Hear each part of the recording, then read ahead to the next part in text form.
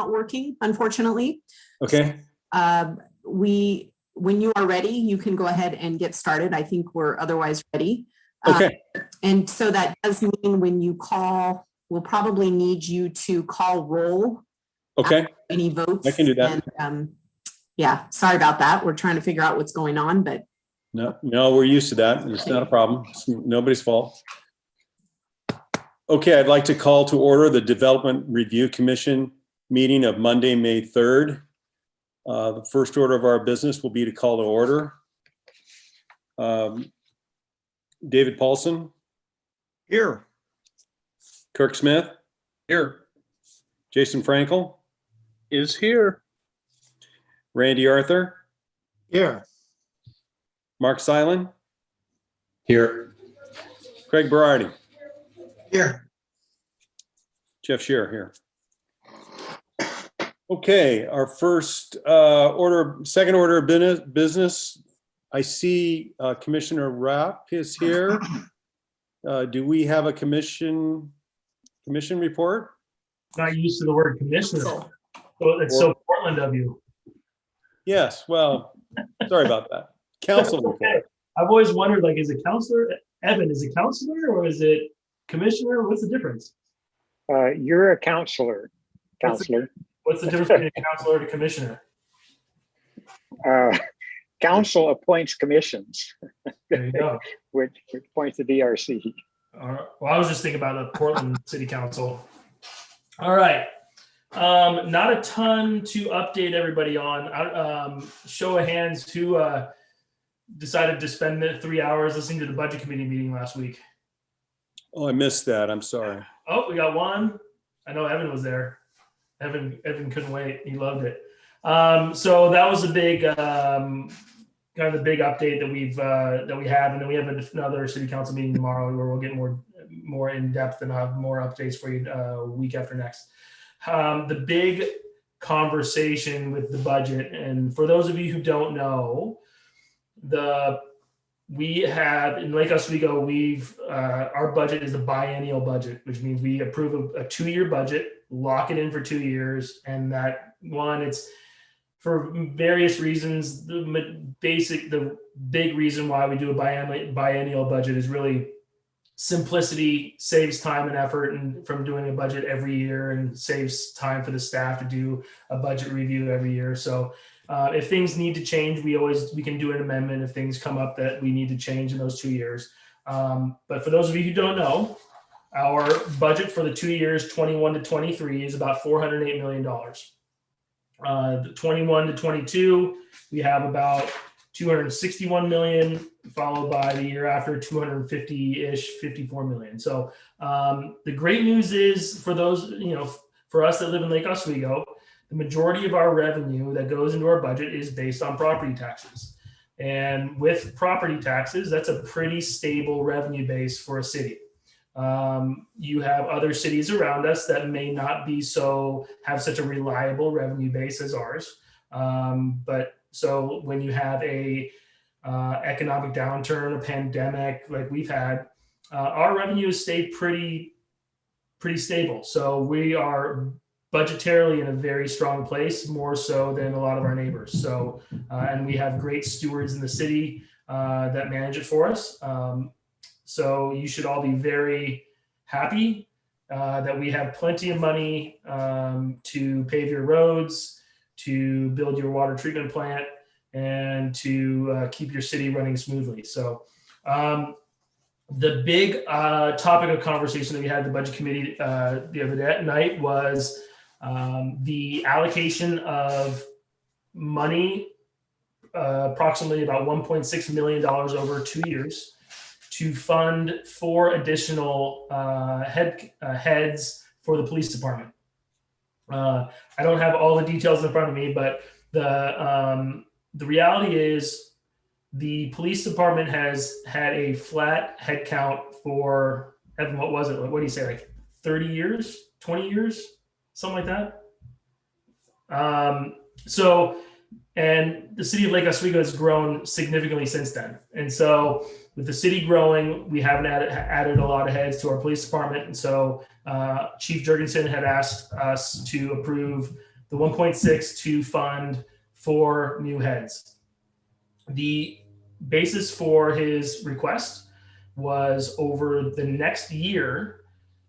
So we have 24 policemen and women on our force. Out of those 24, 9 of them are going to become retirement eligible in the next 12 months. That's 20% of your police force. The year after that, an additional 5. So about a third of your police force are to become retirement eligible within this budget. So it's really important that we start thinking about how we prepare ourselves to, have a great public safety system in our city. Of course, it's not an all or nothing thing. He's asking for 4. It's not a conversation that it can be a conversation of 0 or 4, or it could be a conversation of 2 or 3. But it's a big conversation, especially in light of the last 12, 13, 14 months from what we've seen around the social justice movements, the riots in Portland, and just the conversation in cities around us about what the role of police is in 21st century. My personal opinion was I'm in full favor of appropriating the money to make sure that we have the best public safety system of any city in Oregon. So I was full support of giving him the 4 heads. But there was a good debate among all the committee as well as the city council. Some on the city council wanted to wait until our community dialogue about policing was finished, which should be soon, but we still have to approve a budget before that's done.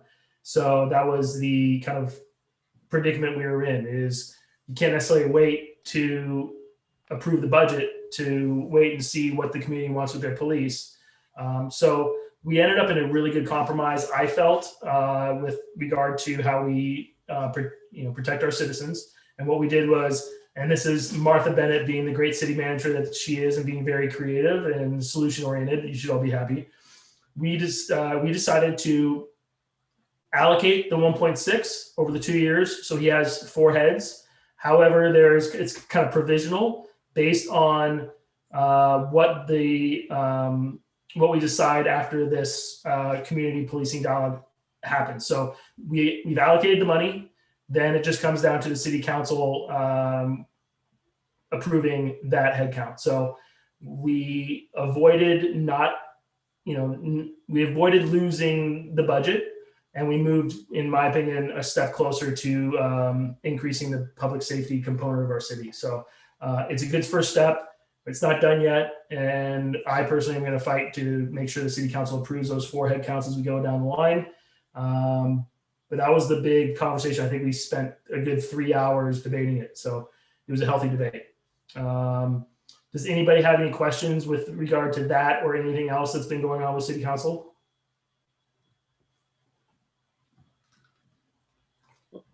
I don't see any. Counselor, I appreciate your time very much and the report. Thank you. Good. I will see you all in 2 weeks. All right. All right.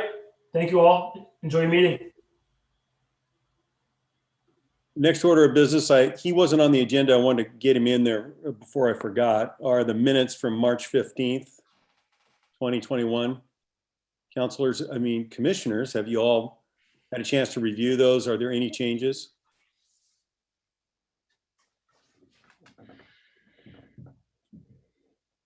Okay, not seeing any. I'd entertain a motion.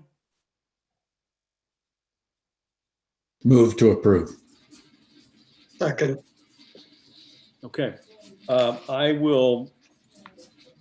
take the roll. Jessica, unless you want me to take the roll, is that all right? Okay. Shearer, yes. Paulson, Yes. Smith, Abstain. Frankel, Yes.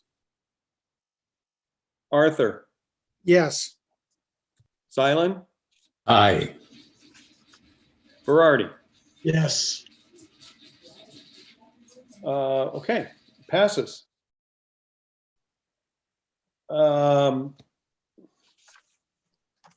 Evan, before we go to the public Yes, hearing, sir. I remember reading the minutes. I didn't print them. Weren't there two people that were absent from that? From Well- the March 15th meeting? As far as who's qualified to vote, any commission member is qualified to vote. Okay, all right. I thought they had to be there. I'm sorry. Okay, very good. Okay, let's go to the first public hearing. The first public hearing is LU 20-0032, an appeal of a staff decision to approve the following residential infill design RID variances in order to construct an addition onto a single-family dwelling. The change would reduce the 25-foot front yard setback from Sarah Hill Lane to 10 feet and allow the garage to be located closer to the street on Sarah Hill Lane than the dwelling. The site is located at 17760 Lake Haven Drive, 21E17BC01 1500. The staff coordinator is Evan Franstad, senior planner. Thank you, Mr. Chairman. I'll go over the hearing procedure if I may. Thank you. This land use request is considered based upon the applicable criteria and standards. The staff report lists the criteria that staff has identified, which is applicable to the request. It was available online. You must identify any applicable criteria you believe applies. Testimony and evidence must be directed towards the applicable criteria. Please specifically identify to the commission the criteria or standards you are addressing so that the commission may consider your testimony in relation to the criteria or standards that you are testifying about. If you do not identify the criteria or standards you're addressing, the commission is not obliged to guess which standards or criteria you're testifying about and may not consider your testimony in its decision. Failure to raise an issue accompanied by statements or evidence sufficient to afford the commission the parties an opportunity to respond to the issue precludes raising the issue to the City Council and the Oregon Land Use Board of Appeals based on that issue. The failure of the applicant to raise constitutional or other issues relating to proposed conditions of approval with specificity to allow the commission to respond to the issue precludes an action for damages in circuit court. The public hearing process will be as follows. First, there'll be a presentation by staff, then testimony by the applicant up to 20 minutes. Following that will be testimony by parties in support of the application, then testimony by parties opposed to the application, and finally testimony by those neither for nor against the application. Individuals will be allowed up to 5 minutes. Any person in attendance may cede his or her time for testimony to another person except to the applicant, but in no case shall any person's testimony be increased to greater than 10 minutes. Recognized neighborhood associations, homeowner associations, government or government agencies, or other incorporated public interest organizations will be allowed up to 10 minutes. Following that will be the applicant's rebuttal up to 5 minutes, and then commission deliberation, which will include a statement to the applicant by the commission of any proposed conditions of approval different than contained in the staff report and the applicant's response to the commission's conditions of approval proposed following commission deliberation. Because this is an electronic hearing and all people who wish to testify may not yet know about it, may wish to follow along the testimony and then call in. Following testimony by all interested persons that have signed up to speak and the applicant's rebuttal, I will ask whether any person requests a continuance of the hearing in order to submit any additional written evidence or testimony. You may request a continuance by, if you're on the meeting and testifying, either at the end of your testimony or at the conclusion of all testimony.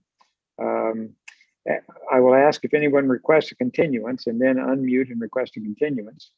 If you are not on the Zoom meeting, if you're watching on YouTube, and if you do wish to testify or to request a continuance, call Kat Kluge at 503-635-0286. I'll say again, 503-635-0286, and leave your name and contact information, or you can email her at kkluge@lakeoswego.city. Again, kkluge@lakeoswego.city with your name and contact information. The time limits that I stated before do not include time spent responding to questions from the commission, testimony by attorneys, representatives, or witnesses on behalf of, which are part of the presentation by a person shall be counted within that person's time limit. It's assumed the persons are testifying on their own behalf unless they specifically and expressly identify the recognized neighbor association, homeowner association, government or government agency, or other incorporated public interest organization they are representing. A potential conflict of interest declared on behalf of each of the DRC members to the extent of their business or employment, which each will identify. Unless declared otherwise, the respective DRC member does not have a known, present, or anticipated future business relationship with the project of the applicant. It is possible that a future business relationship could arise in the initiation, design, construction, or maintenance of the project through either the employment or business of the DRC member personally, or through a relative as defined in ORS 244-020. At this point, I would ask the commission members, and Mr. Chair, if you will poll them, please declare any ex parte contacts, including a site visit, any bias on the application, any financial conflicts of interest, and please state your business or employment. Chair, if you'll poll. Okay, I'll go first. My name is Jeff Shear. I'm a retired contractor. I have not visited the site. I've had no ex parte contact. I have no bias and no financial conflicts of interest. Commissioner Paulson. Yes, my name is David Polson. I'm a civil engineer. I have not visited the site. I have no biases, no conflicts of interest, and I have had no ex parte contact. Thank you. Commissioner Smith. My name is Kirk Smith. I'm a real estate land use attorney with the law firm of Buckhalter, Ader, Wynn. Based on the information provided by the city, I ran a conflicts check in our complex system, and our system did not reveal any conflicts with any of the parties provided me by the city. I've not visited the site. I have no ex parte contacts. I have no bias, and I have no additional financial conflicts of interest. Thank you. Commissioner Frankel. Good evening, Jason Frankel. I am a bank manager here in downtown Lake Oswego at KeyBank.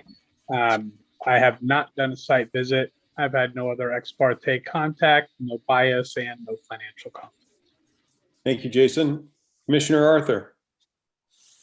Good evening. I'm Randy Arthur. I'm a civil litigation attorney with the Portland office of Bullivan Bailey. I have not conducted a site visit. I've had no ex parte contacts. I have no bias and no financial conflict or interest. Thank you, Randy. Commissioner Silent. My name is Mark Silent. I'm a local business owner. I've had no ex parte contacts. I've not made a site visit. I have no bias and I have no financial conflicts. Thank you, Mark. Commissioner Berardi.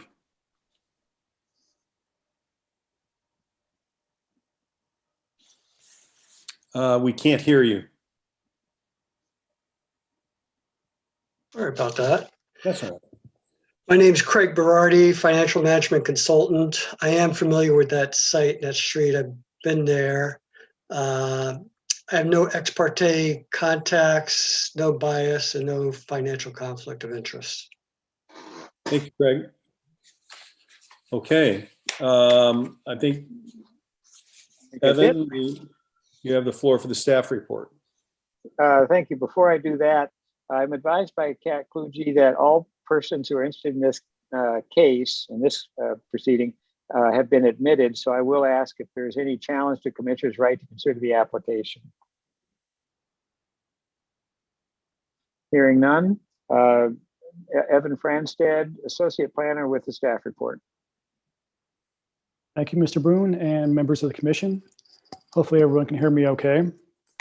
Before I start my PowerPoint and all that, we received additional written testimony today by noon. I sent out a memo that lists those, but didn't need to be entered into the record. So exhibits G203 through G208 need to be entered into the record. They're listed on that memo. And now I will start my presentation.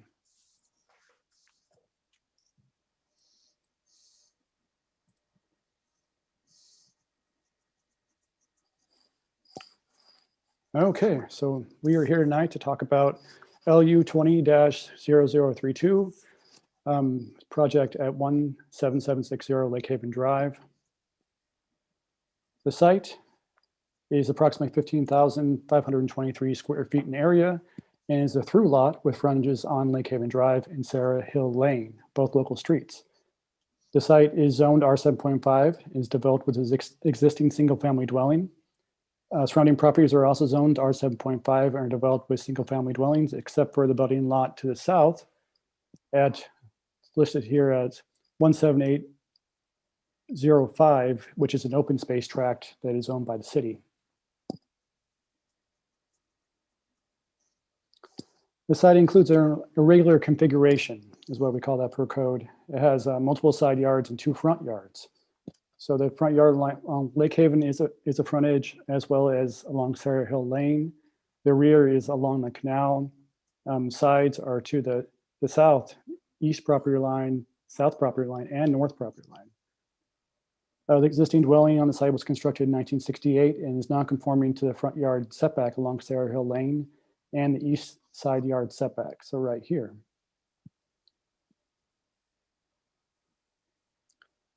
This is the proposed site plan that shows the existing dwelling and where the proposed additions are located. As you can see, they delineate here. This is a setback line from Sarah Hill Lane, which is 10 feet. It's 5 feet from the east property line. This shows 10 feet to the nearest abutting structure, which is a garage. There's 2 large trees here, which I'll talk more about, but they are 23-inch in diameter and 26 diameter Doug firs. They're located close to the new garage.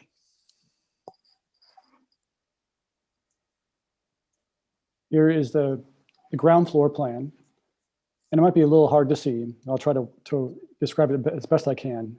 The existing garage is located right here. If you can see my cursor, those walls will be demolished, along with the walls along the east side, and they will build a 3rd car garage here that fronts Sarah Hill Lane.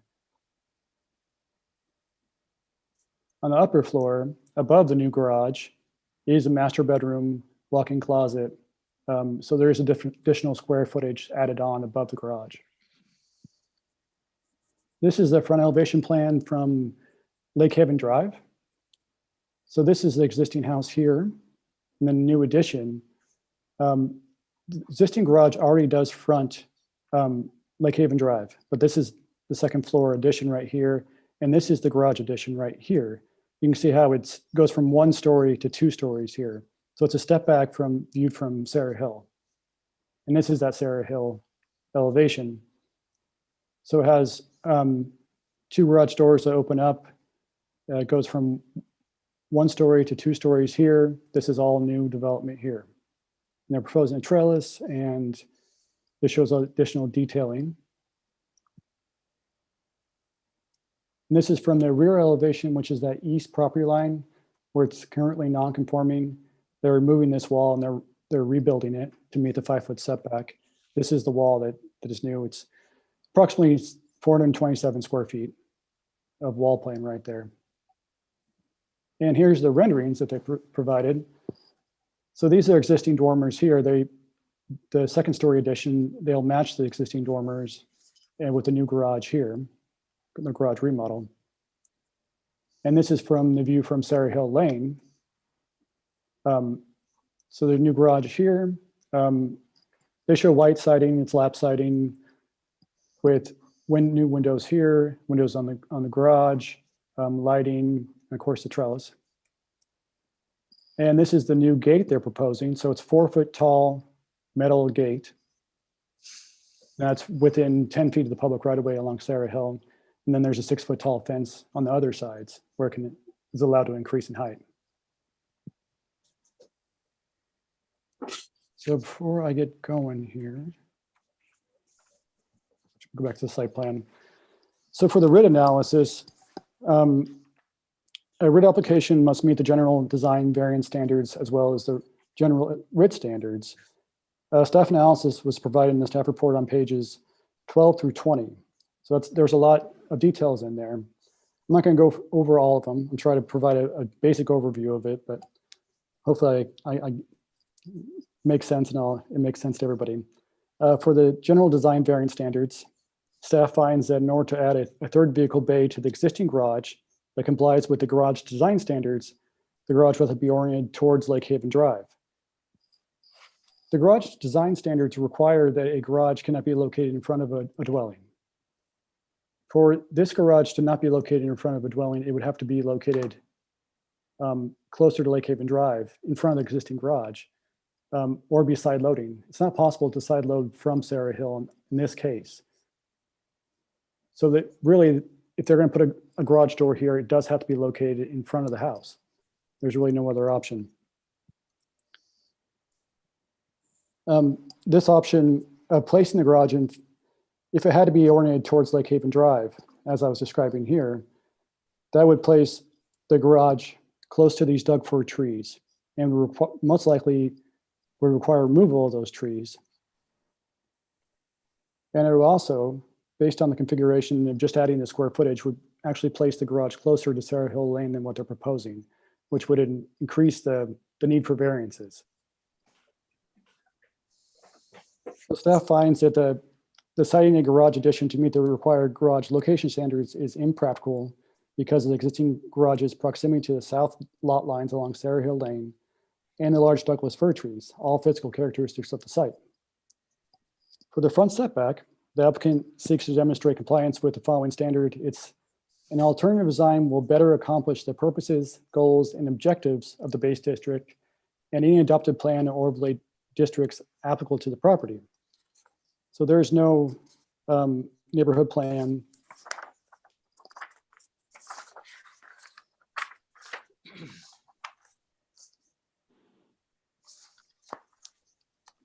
Hold on a second here.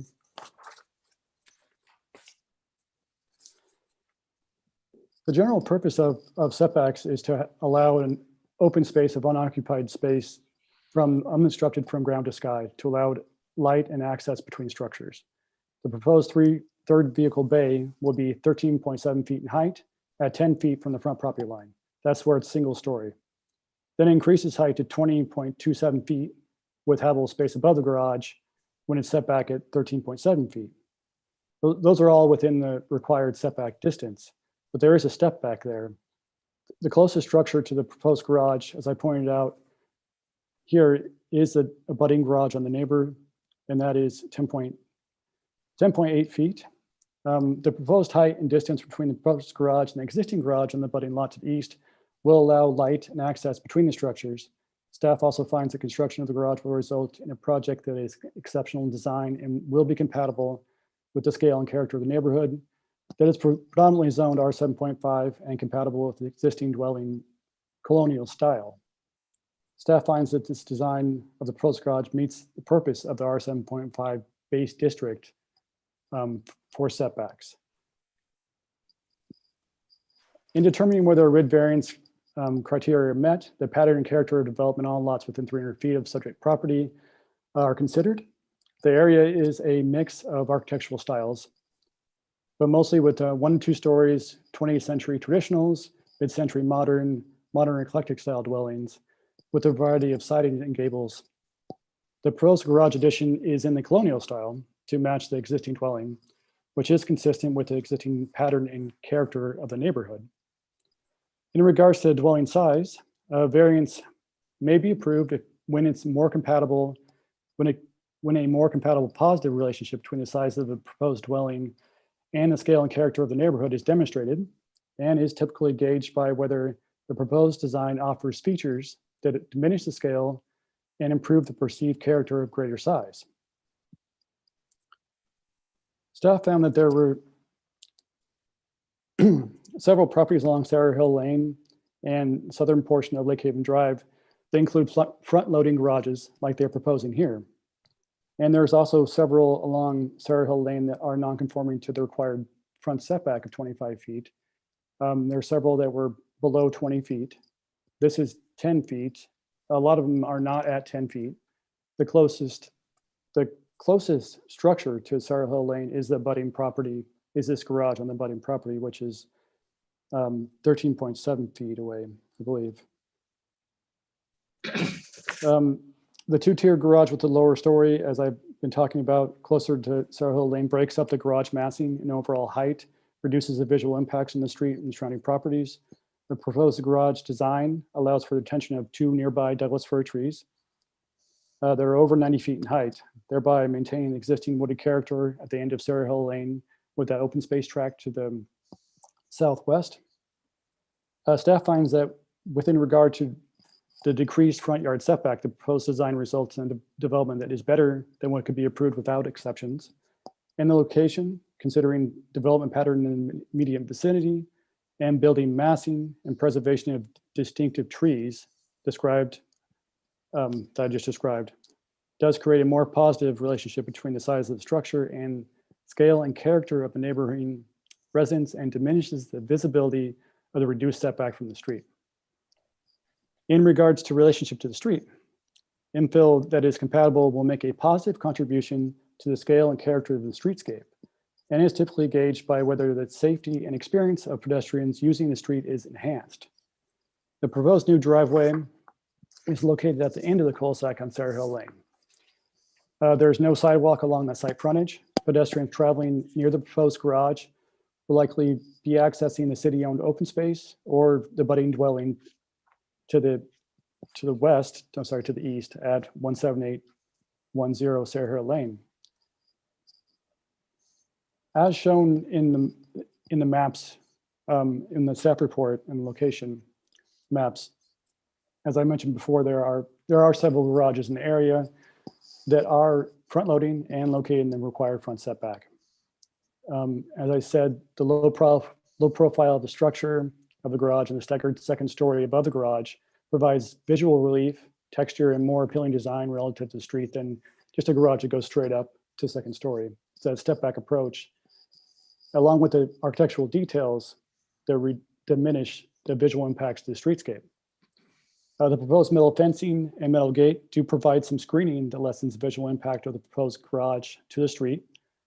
Staff finds that with regard to reduction of the front yard setback and the location of the garage in the front dwelling, the proposed design results in development that is better than one could be approved without the exceptions, and will make a positive contribution to the scale and character of the streetscape while enhancing the safety and experience of pedestrians using the street, because the design will make a positive contribution to the scale and character of the streetscape.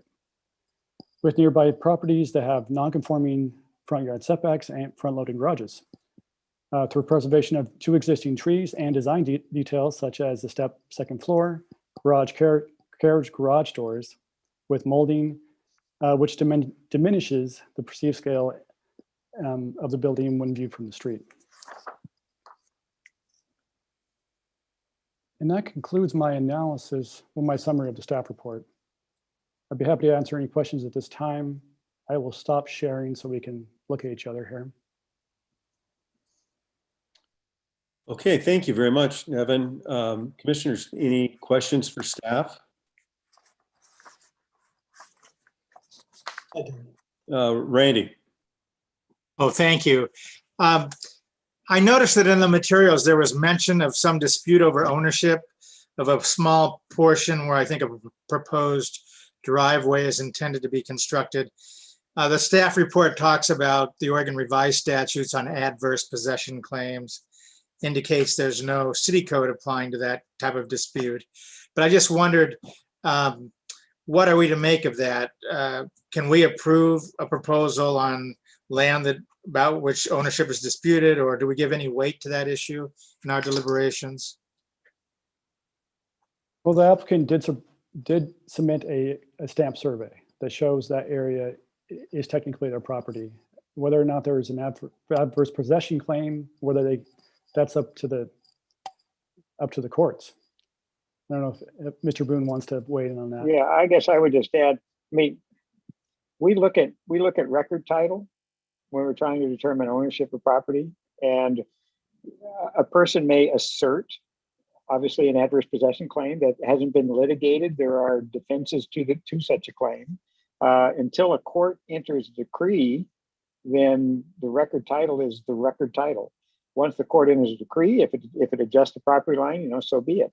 But an application, when a property owner says, "This is what I own," we have to look at the record title and the survey and that. And so we don't. The DRC does not litigate, the DRC does not adjudicate claims of adverse possession. As I said, there are statutory grounds and defenses to it, and that is outside the standards and criteria for our land use hearings. Thank you for that explanation. Anything else, Randy? No, thank you. Commissioner Berardi? Yeah, can we bring up the site plan again? Sure. Yep.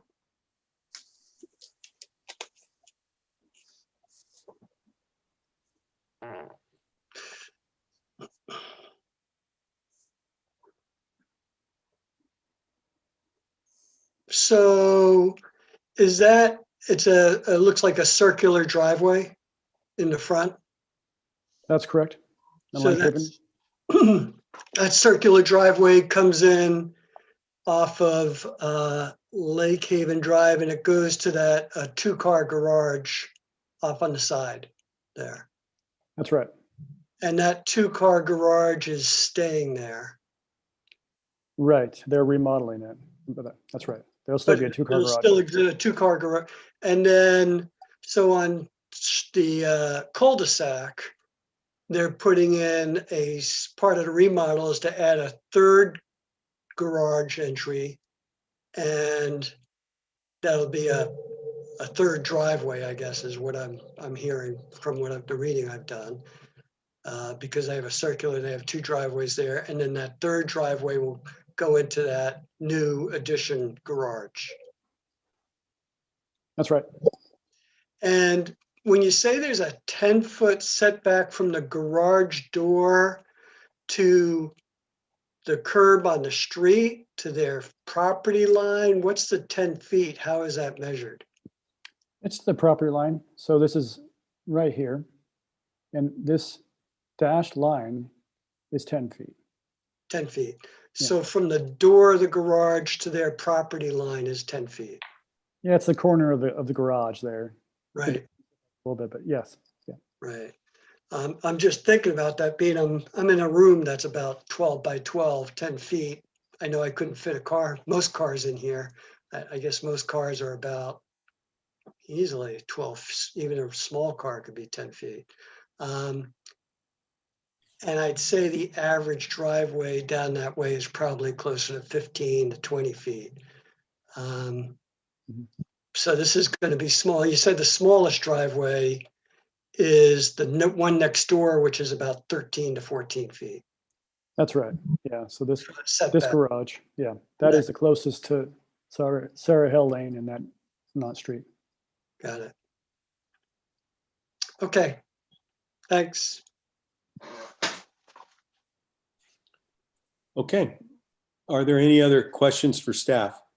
I got one more. Is there and this may be more for our attorney Boone, is when you do make a variance exception like this, does it set a precedent that then anybody on that street has a precedent of having the same setback?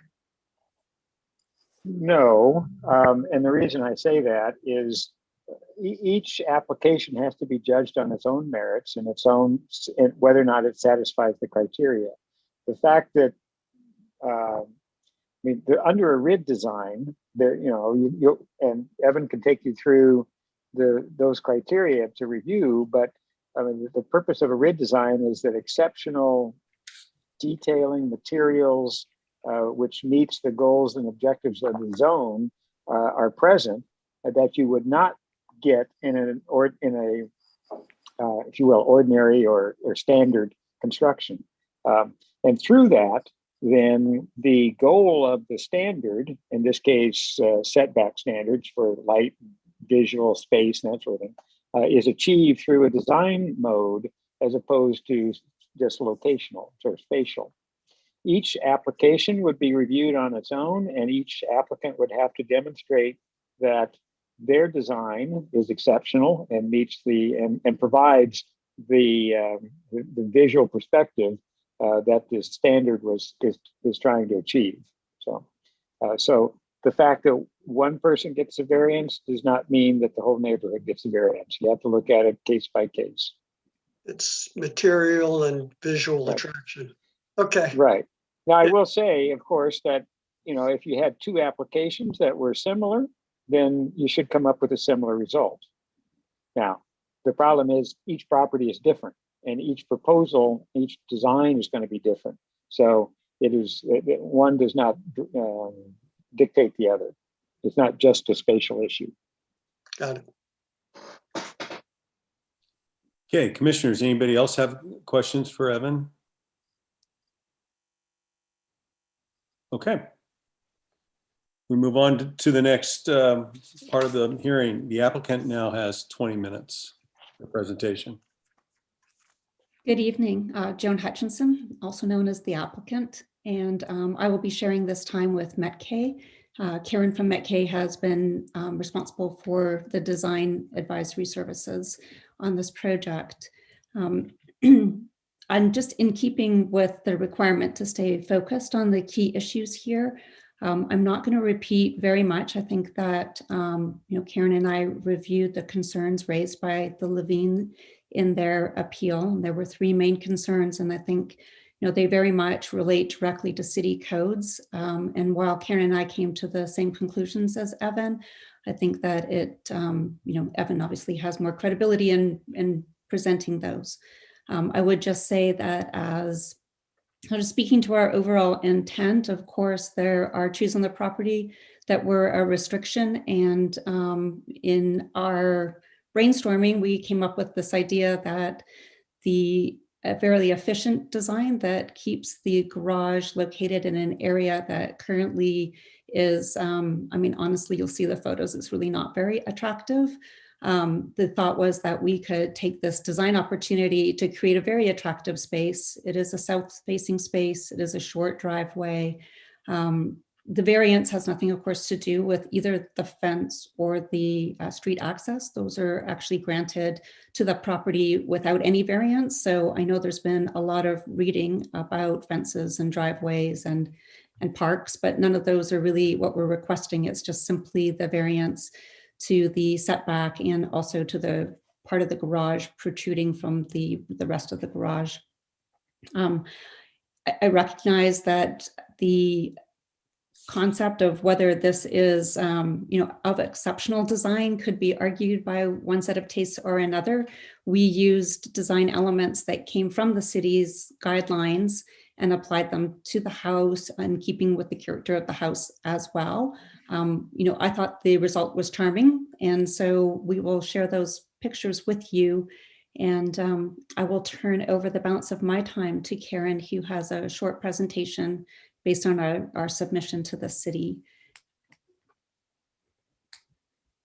Am I going to be able to share my screen?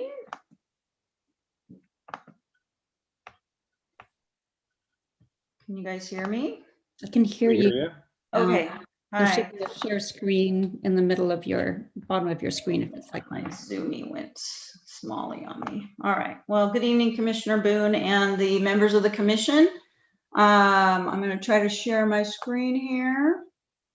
Oh boy, the Zoom always looks different. There we go. To show you what we came up with. I will say that working with Joan for almost a year now, we have come to really appreciate that she really enjoys the character of the neighborhood as well as her own colonial. What she was very much trying to achieve with this project was bringing the older home into kind of a 20th century in terms of some of the functions and features that most homeowners in the Lake Oswego area, and especially those that live along the waterfront, desire. Not only for Joan's use while she owns the house, but also to hopefully prevent a development company coming in and scraping the house and putting a much different looking structure, which I'm sure everybody's familiar with that lives in Lake Oswego. That was something she wanted to avoid by trying to bring the home up to the current century. And what we've noticed is that a lot of people like to have a 3-car garage.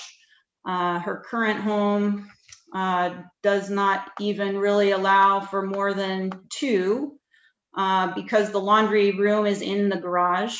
I'll skip back, but wanting to just touch on that. And so unless she has 2 smart cars, she's not going to be able to park more than 1 standard car in there because the laundry is on the left side. So we wanted to fix that, as well as potentially create some additional space on the upper floor.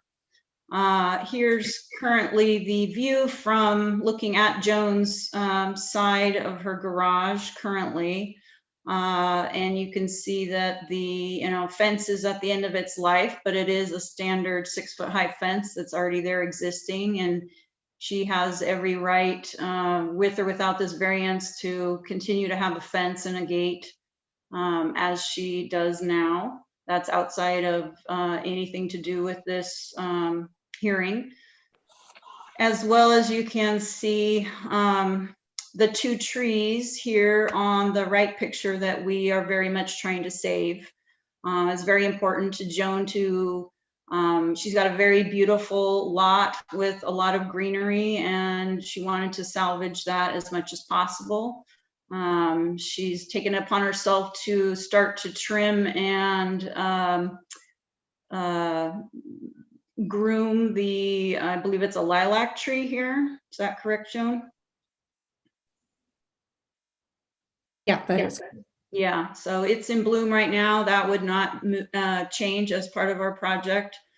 And this, just to make it clear, this is not Joan's boat trailer. So this was the picture that Evan shared. So it's important to note that the second story is set back approximately 44 inches from the 10-foot setback, which, because of the curvature of the Sarah Hill Lane cul-de-sac, we would really only be encroaching on that 10-foot in the left corner, and then it gets a little bigger due to the way that the property is sited on the site. Here's our 2 trees that very much was important to Joan to preserve. If, as Evan alluded to, within the city's building codes and standards, one of the first kind of sketches or concepts that we came up with would be to do a 3-car side loading garage. We could come within 5 foot of this chain link and wood fence that you see. Obviously, the 2 trees would not survive that. They would have to be coming down. And that was pretty much a non-starter for Joan, even though that would allow more square footage for her second floor, bringing more revenue to her home value in terms of per square foot. She really wanted to keep with the character. And then the garage would be up in front of Lake Haven, which is also was not an appealing concept for her, nor for us really. So we wanted to keep the charm of her current, main frontage with the rendering that we proposed. The garage doors would all be replaced with more updated carriage style with glass, maintaining the mullioned windows of the existing, as well as dental molding and other colonial detailings.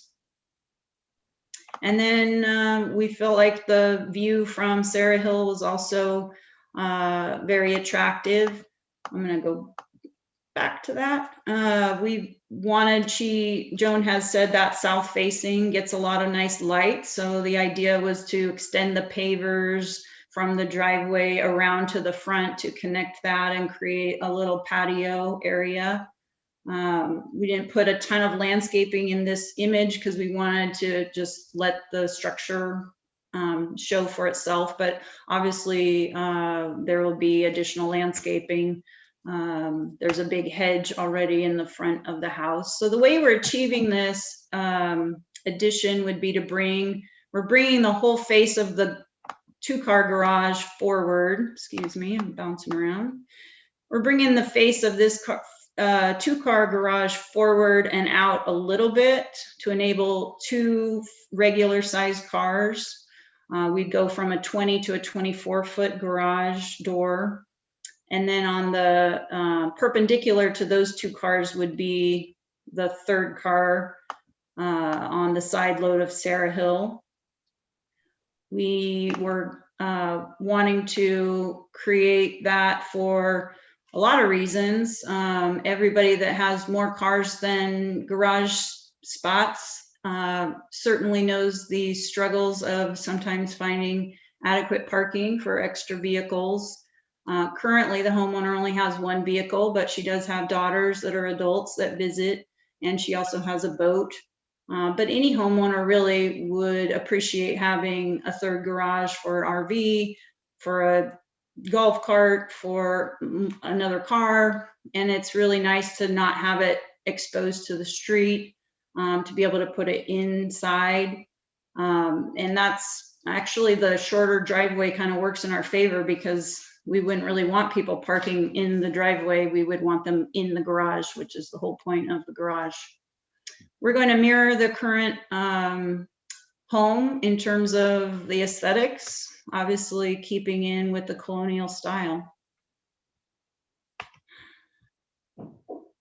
Let's see, what else did I have? So one of the things that we could do would be to get rid of the trees. And I think that was really the driving point of our wanting to preserve those trees. And we are rebuilding the east wall of the existing garage, which is currently slightly under the required setback. So we're happy to do that, even though it will increase, our building material costs, because we could have just built along it, but we wanted to reduce the number of variances we requested. So we opted to rebuild the east foundation in order to meet that existing or make that non-conforming setback in conformance.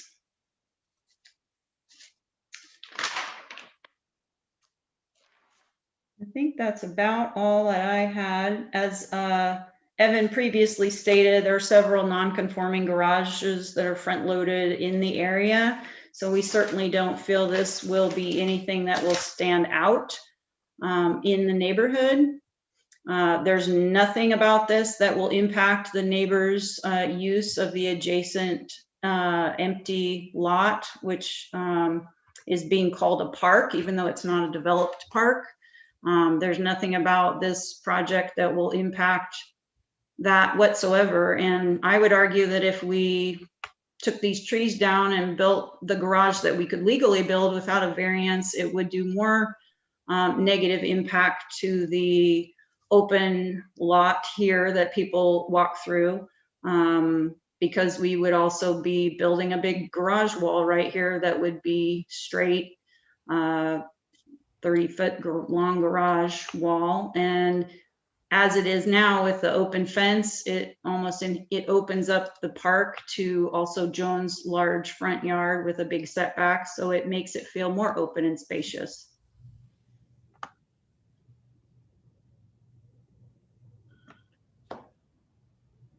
I think that concludes my presentation. If anybody has questions, or am I supposed to ask that? I think there's some time left. Is that correct, Evan? Yes, 6 minutes and 45 seconds. But if she's done, you can go ahead. You're done. Then are there any questions by the commissioners? Thank you. Yeah, I have one. Go ahead, David.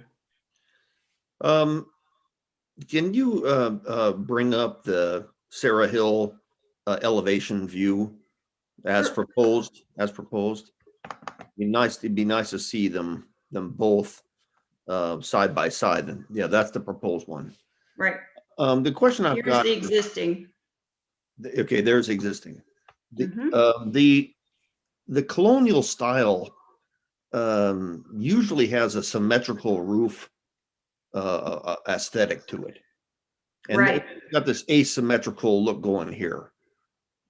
Right. And that's that's what people will see from the direction of that new driveway. So- They already see it if you, sorry to interrupt.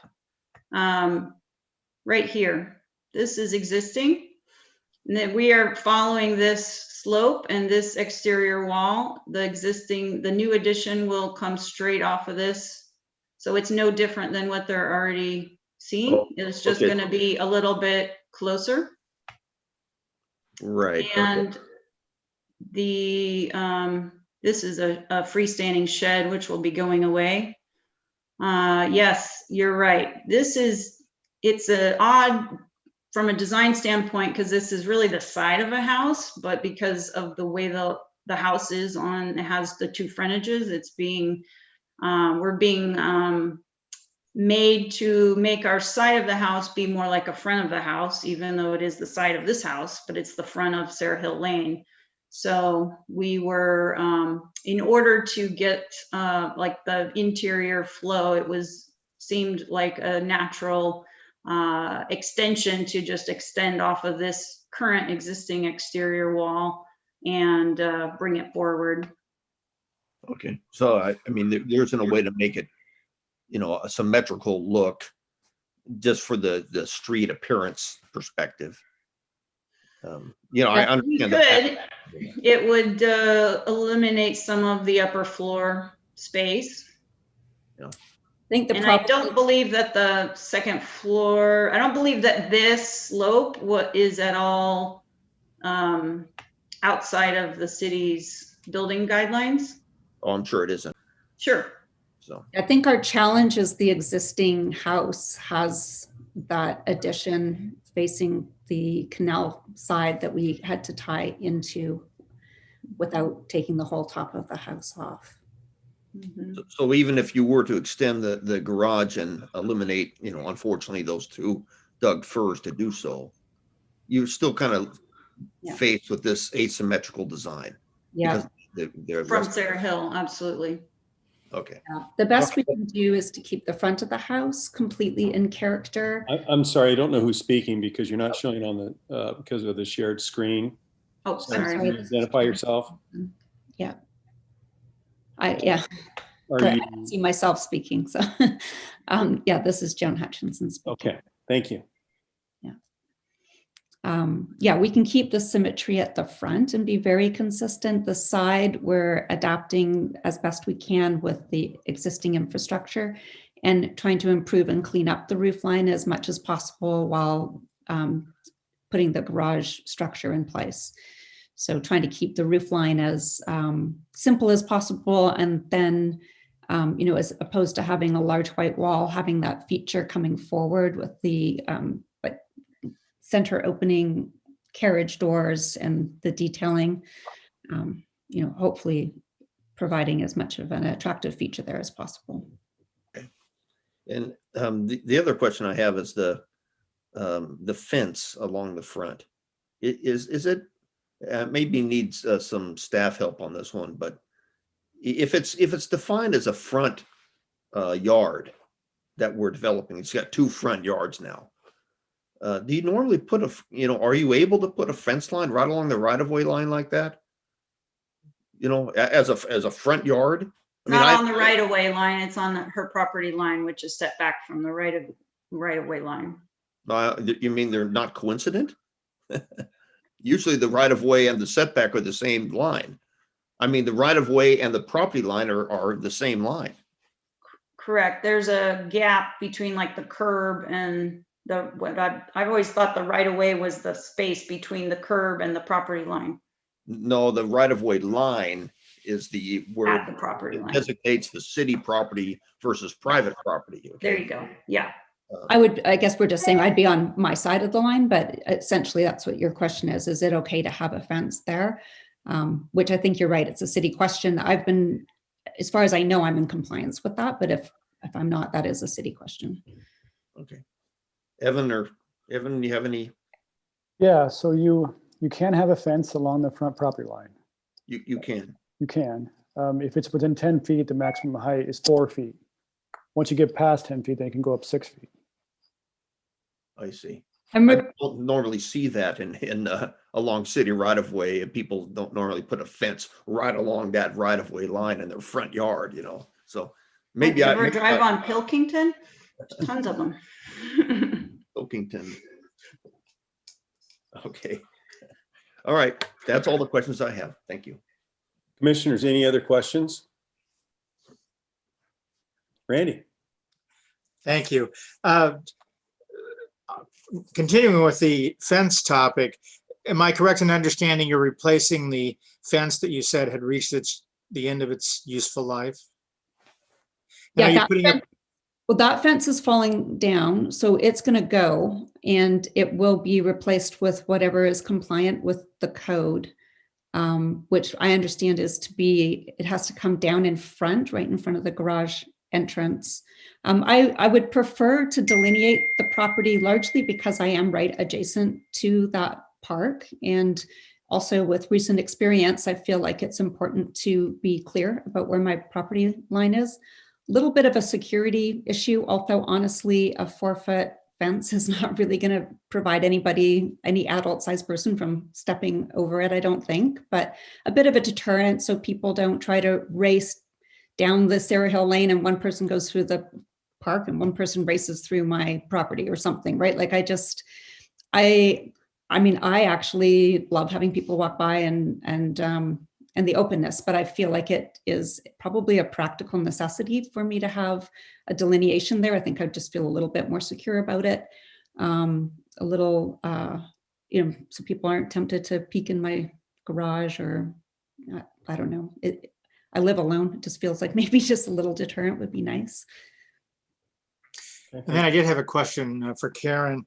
It looked like in the existing driveway going to the existing garage, you're replacing that pavement with some type of exposed aggregate. Is that correct?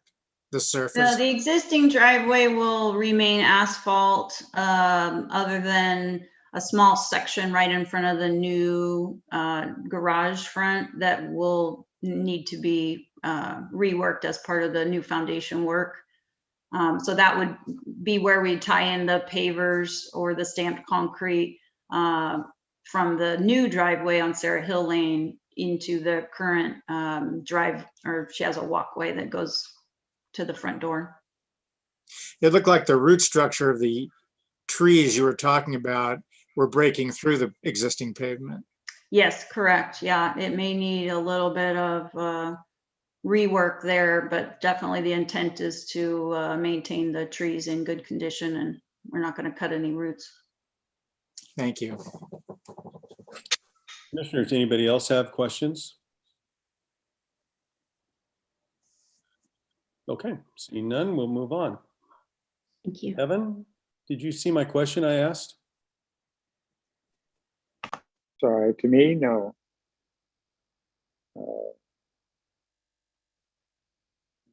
Well, I can just ask her. No.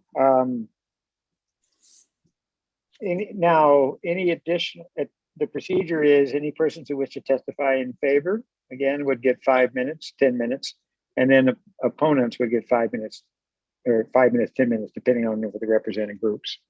Okay. Just by way of explanation, I'm sorry for the audience. The applicant has the burden of proof, obviously, so that we need to get the full application out to the commission, and then we can have people testify. And everybody has an opportunity to request an opportunity. Everybody has an opportunity for additional time to submit additional evidence by requesting the continuance. So. Okay, thank you. Okay, so we move on to the next part. Those in favor of the application has 5 minutes. I just got a list of names. I don't believe we have anybody wanting to testify in favor. Is that correct? Okay, I don't see anybody. So the first person I have would be to testify opposed to the application is Hans Steffer Croce. Sorry about messing up the names. Hans, are you here? I see you down here at the bottom.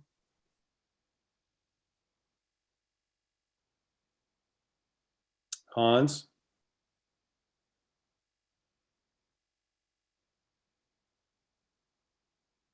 I'm here. Okay, you have 5 minutes. Hello, my name is Hans Stenford Cruz, and I've been living here 18 years. I raised my kids here, and they were born here, and we love this area.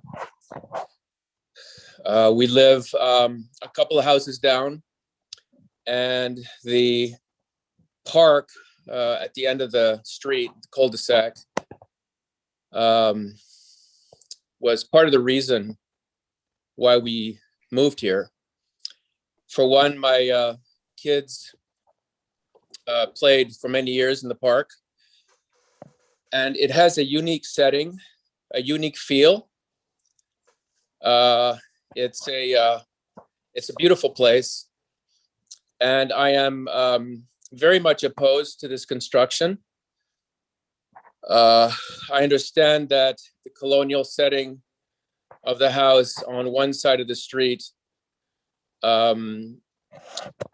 remains as a colonial house.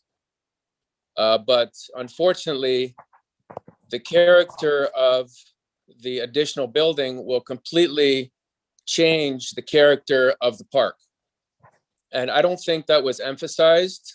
In fact, it was probably not really brought up during the presentation. So I would highly advise have the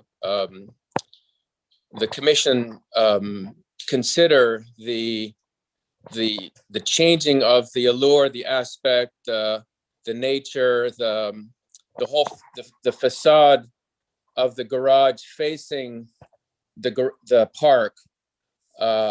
It will dramatically change that whole setting that we've grown so accustomed to. So my question is, why build such a huge structure? I can only speculate. Is there a boat going to go in there? Joan had mentioned an RV. Why not park an RV or a boat at some storage facility? Why have to build such a humongous structure right in front of the park? And I cede my time. Okay, thank you. The next person in opposition would be Emily Levine. Just to be clear, I'm sorry, Mr. Cross, when you say you cede your time, that's the end of your testimony. And so you have no more time to cede. A person can't cede 2 minutes. It's not like Congress, So, all right, thank you. Emily? Hi, I'm Emily Levine. I'm gonna join my 5 minutes with my parents, Gary and Kathy Levine, as they will be speaking together, each not more than 10 minutes, but so that they can have 15 minutes because I feel they explain it best. Right. Thank you very much. One person, you can cede your time to one person, and that person has 10 minutes. And then the other person, when they get done talking, has 5 minutes. There's no group time. So with that, who are you ceding your time to? Okay, I'm probably ceding it to probably Kathy Levine then. Kathy Levine, thank you.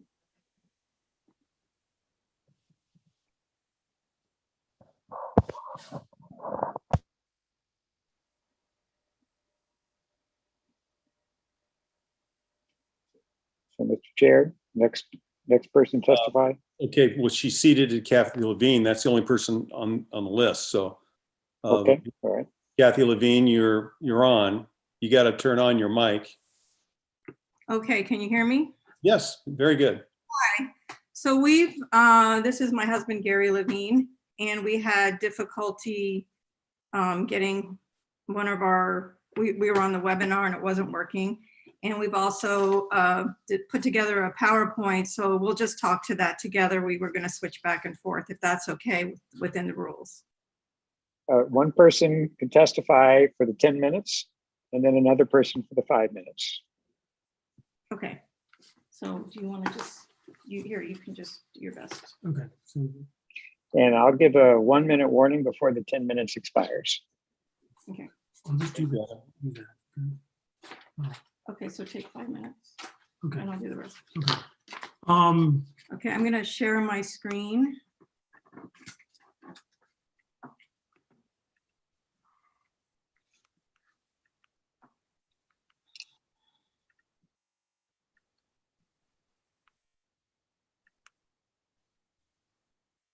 Oops, sorry. Okay, we'll see if this works. So he will take his 5 minutes and I'll take the 10 minutes. All right, who's speaking first? 5 minutes or 10 minutes? 5 minutes. All right, so, it works for me to spend 5 minutes and then Kathy to do 10 minutes, right? okay, that's fine. Okay, I'm gonna give you a 1-minute warning before the expiration of the 5 minutes. Okay, great. And first of all, most of the testimony is written, what? Go ahead. Most of the testimony is in written form. So that's, in the file, in your file. And they raise a lot of questions that are not in this presentation. Okay, one other quick clarification. The park is actually, quote, a park and natural area, a PNA. Next, thank you for giving us the time to speak and to share our comments about the variance approvals. We moved to Sarah Hill Lane 2 weeks after our daughter Emily was born in 1997. A principal reason we chose our house was for its location on a cul-de-sac and next to the park, both of which would be a great place to raise kids.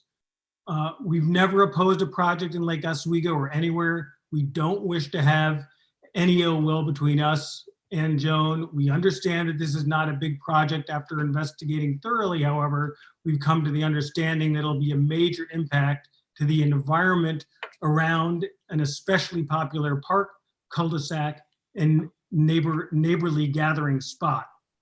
Today, we're respectfully asking the DRC to decline the approval of the variances and ask the Lake Oswego planning staff and applicant to dig more deeply to find a suitable solution for the project and the nearby neighborhood and community.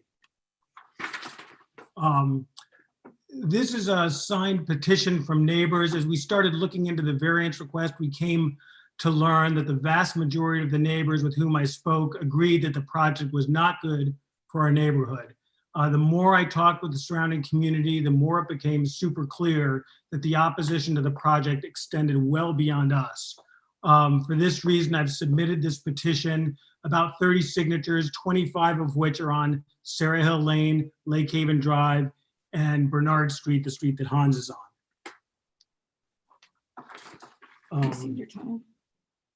All right, should I read? Oh, should I just say, I'm gonna just bring these things up here quickly. Okay. I'm gonna bring up a couple of points not on the presentation, just addressing some points that have been raised up till now. Evan mentioned that the trees would most likely need to be removed. There is no certainty on that. He just said most likely. I don't think the evidence is there that they would need to be removed. And in addition, it's perfectly legal to remove them subject to a permit. In addition, a side loading garage could be shifted slightly to the north. Next, in terms of the laundry room, the applicant's asserting that the garage needs to be widened since the washer and dryer currently are in the north garage bay. Now, what the application neglects to point out is that on the floor plan filed with the city of Lake Oswego, Exhibit E006, there's a roughly 72 square foot laundry room planned for the second floor of the proposed addition. Therefore, with a planned laundry room in the new addition, the application is making a disingenuous argument that a wider garage is needed to accommodate a washer dryer that the applicant knows will move to the upstairs addition anyway, and hence eliminating the reason for needing to widen the garage. In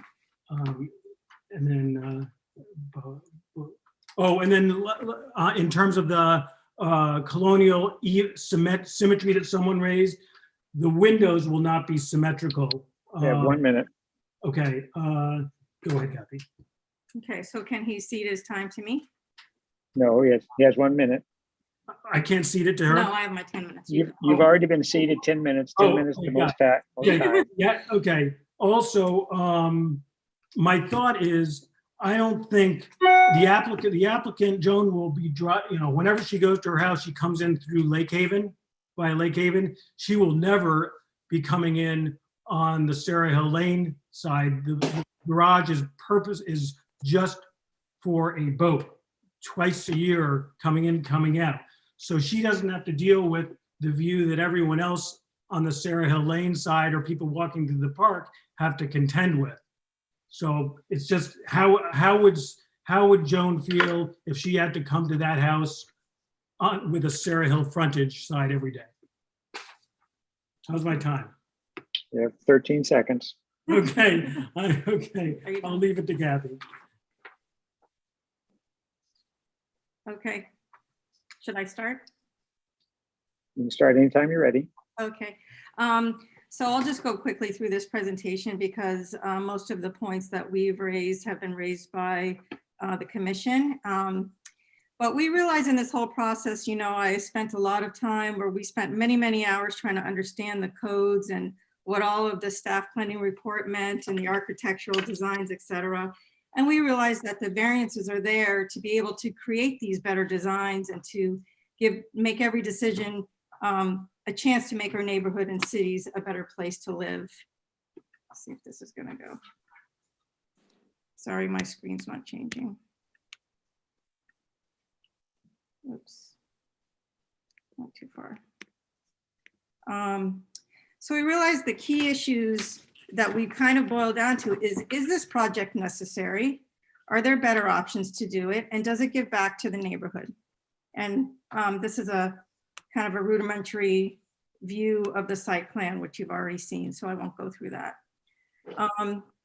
It is not necessary as we see it. The third garage is really about storing a boat. Our neighbors told us numerous times that her goal was to store the boat, and that bump out area on the large garage is purported to be a breakup of the two tiers, but it creates right here an extremely long garage bay with a much closer building to Sarah Hill Lane. And the property already has a boathouse. We just don't feel it's necessary. Two is, there are other options to store a boat, which is part of the main reason for this long area. The reason given here was to break up the sidewall, but it creates a 28-foot side loading garage bay. And as you can see, she has other options, and we feel like orienting the garage like her two next door neighbors or discussing the tree option would not preclude her from doing a second story addition and having a new garage. Three is, it does not give back to the neighborhood. And this is the main point that we want to raise. And our technical part, as Gary said, is more in our handout.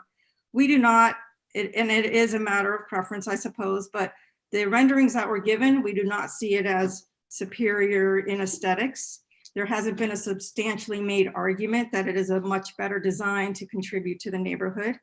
Additionally, a third unnecessary driveway will be added and cut into the cul-de-sac, and the curb will have to be cut, and it will affect the park users. And you can see here, this area is utilized quite frequently. And this is just two views of where we think are aesthetically more pleasing. These are the 90-degree garages that the architect was talking about. But we also view the details of just the buildings as much more appealing and add to the neighborhood. And this one is actually Joan's neighbor, and this one is Joan's neighbor 2 doors down. So we feel, in looking at the rendering, this is the view straight down straight down Sarah Hill Lane. This is what we will see. This is our next door neighbor. The detailing and the stone is quite beautiful. these are two, this is a brand new home on the corner of, across the corner of where Jones' house is. That is going to have beautiful detailing, and this is another one in the area. So the project will affect the park and the cul-de-sac users, and this is the view rendered. This is our very, very rudimentary view of what, and we know this is out of scale, but of what we believe the roof line will look like coming straight down the street. And then this little shed, which is actually a non-permitted shed, I believe will come out more and will have a much higher peak. So that, I guess that design is supposed to jog the look of the two-tier, but the tier, it won't look two-tiered with this relatively flat roof line coming out. And then, as you can see, this natural area is right borders on Jones' property. So I think the thing that the entire report kind of missed, and that Hans alluded to, and that we're just, which is the main reason we're requesting to have another look and just kind of come up with some other options, is that to put so kids, you know, do chalk designs nonstop throughout the summer. They're always in this cul-de-sac. The view straight down the street will be of this metal gate and this big flat wall that looks like a garage, and it's a well-traveled area. And this is our daughter. She grew up at the park, learned how to ride her bike, and this is Jones' house in the background. And this was yesterday, so there's more greenery. In the winter, it will be more sparse. And then this is why it's such an important travel area. This says Lake Ridge Middle High, but it's Lake Ridge Junior High. This is the side area where the park is. People come down Lake Haven, they walk through the park. People travel to walk all the way around the lake. And so we feel like this project, in the way it's designed, is not compatible with the neighborhood. It would be the only house with a very short 10-foot driveway with a look that doesn't even have a front door. And we're just requesting that the design and the options, given the trees and the colonial look, which is kind of out of my expertise, be reevaluated, because we don't feel that this is the best design to contribute to the property. And it would also add an extended snout house, which I have learned is something that's just less done or not done these days. So this is just a view of what, you know, a gate. Does this look better with kind of the landscaping? And I know the architect said the landscaping wasn't completed, but we're just kind of trying to show that this is in a very important park cul-de-sac location to the neighborhood. And the impact of how this project is going to look is quite important. And building a third driveway when Joan already has two driveways, for us is just, I think she would have the only third driveway in the whole Bryant neighborhood. Not that that's not permitted. I guess those are my basic points. And these are why we are requesting that the project is looked at more closely, and to find a suitable solution where Joan can meet her project needs, but make a positive impact to our neighborhood and this much larger community that uses this particular area. And then I'm finished. Okay. Thank you. A little bit of, I just need to, if you could unshare your screen, that would be great. I'm sorry. Thank you. Thanks. Kat, if you can hear me, do you have anybody else that has been added to the list? Does the No commission have any one questions? has signed up yet. Thank you. Evan? Well, does the commission have any questions for the Levines? That was my next. Go ahead. Yeah, okay. Sorry. Gentlemen, any questions? Craig? Yeah, I guess the one question I have is if she extends the garage and cuts the two trees down, which could really aesthetically make a difference for the park. What's your feeling on that?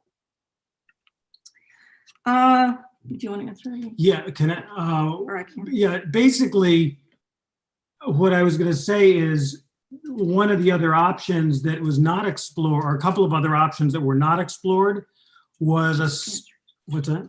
That wasn't his question. Sorry, will you repeat the question? If she takes another alternative and extends her garage and cuts the trees down that they spoke of near the driveway, is that something that you would prefer or you're not opposed to if she cuts those trees down? You go ahead. Well, it's hard to know because we don't know what the renderings would look like. I mean, we are not in favor of cutting trees down either. But many projects around the neighborhood are cutting the trees down and replanting, and they are better designs and contributions. So I think, as I showed on the slideshow, there are many beautiful examples of these kinds of garages, and the fact that it's bordered by the park definitely can be more masked by landscaping and hidden from the side from the park, because you still have to go all the way down the property line to go around the park to meet Lake Haven from Sarah Hill Lane. So I think that's a really good question, but it's hard to determine without some drawings and renderings and see how it impacts the neighborhood. But that was an idea that we thought would look good because we can see, there's probably 20 of those within a half a mile walk of our house. Just adding on, sorry, are you done?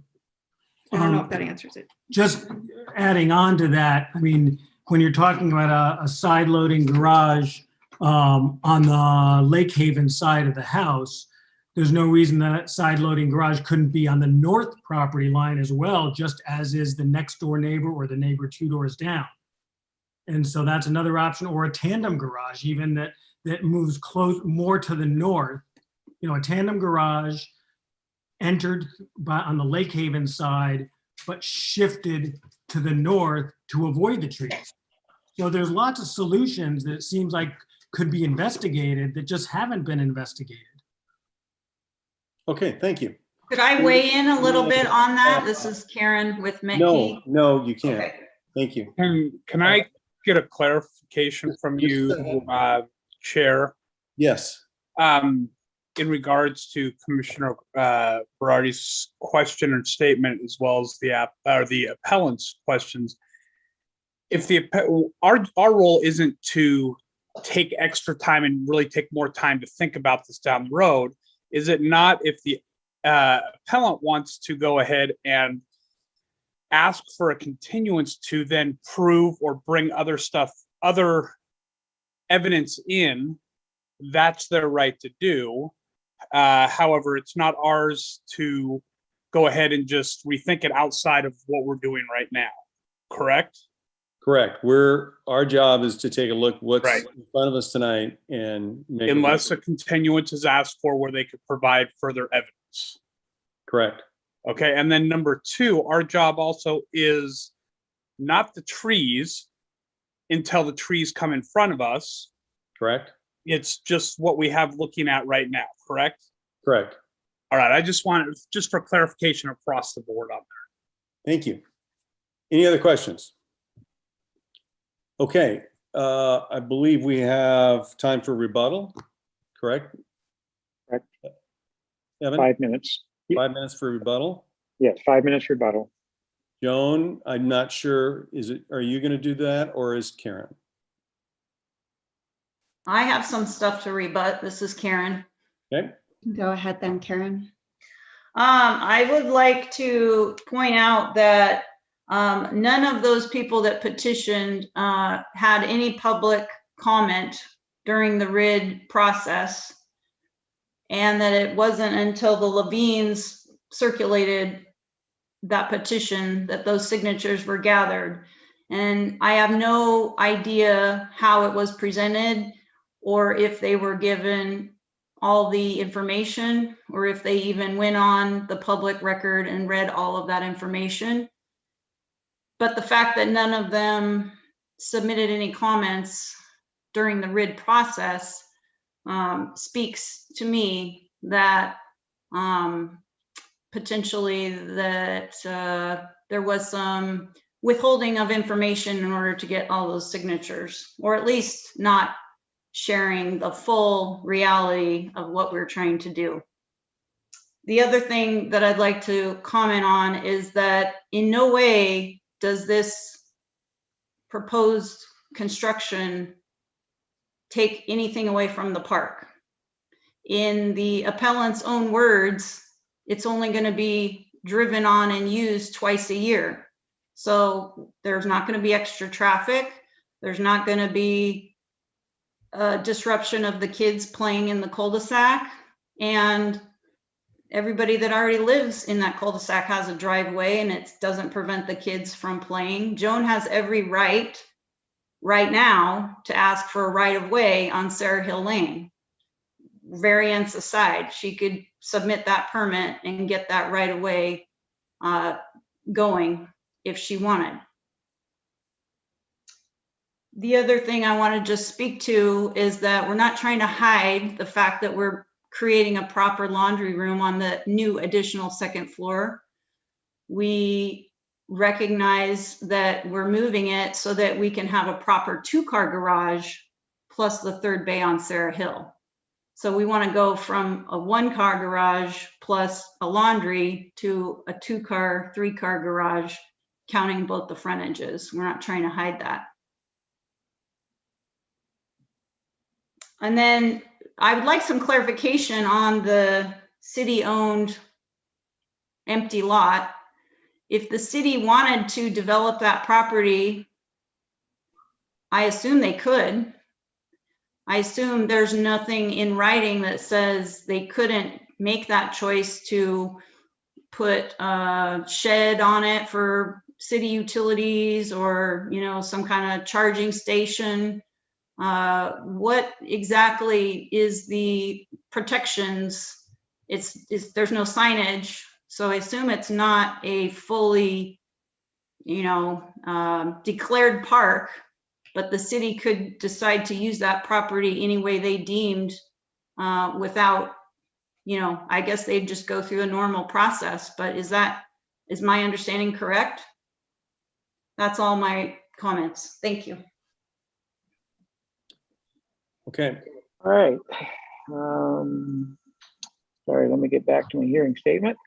All right. Prior to closing, am I on? Yes. Prior to closing a public hearing, any person may request an opportunity to present additional evidence. If a request is made, the public hearing shall be made either to continue to date certain, not less than 7 days later, or the record shall remain open for at least 7 days after the hearing to enable additional written evidence or testimony to be submitted, and the commission would establish the period for any rebuttal written evidence to be submitted.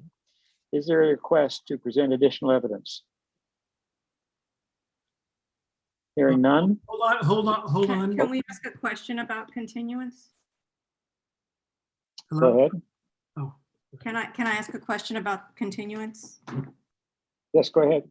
Okay, so is the process that if there is no continuance, you take the information as presented and then make your decision, and then that's the final decision?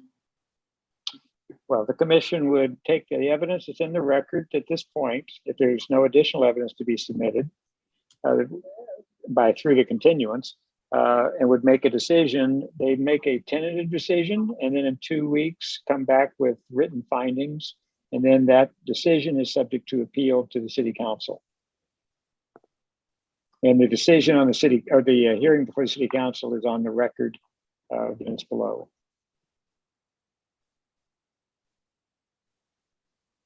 Okay, thank you.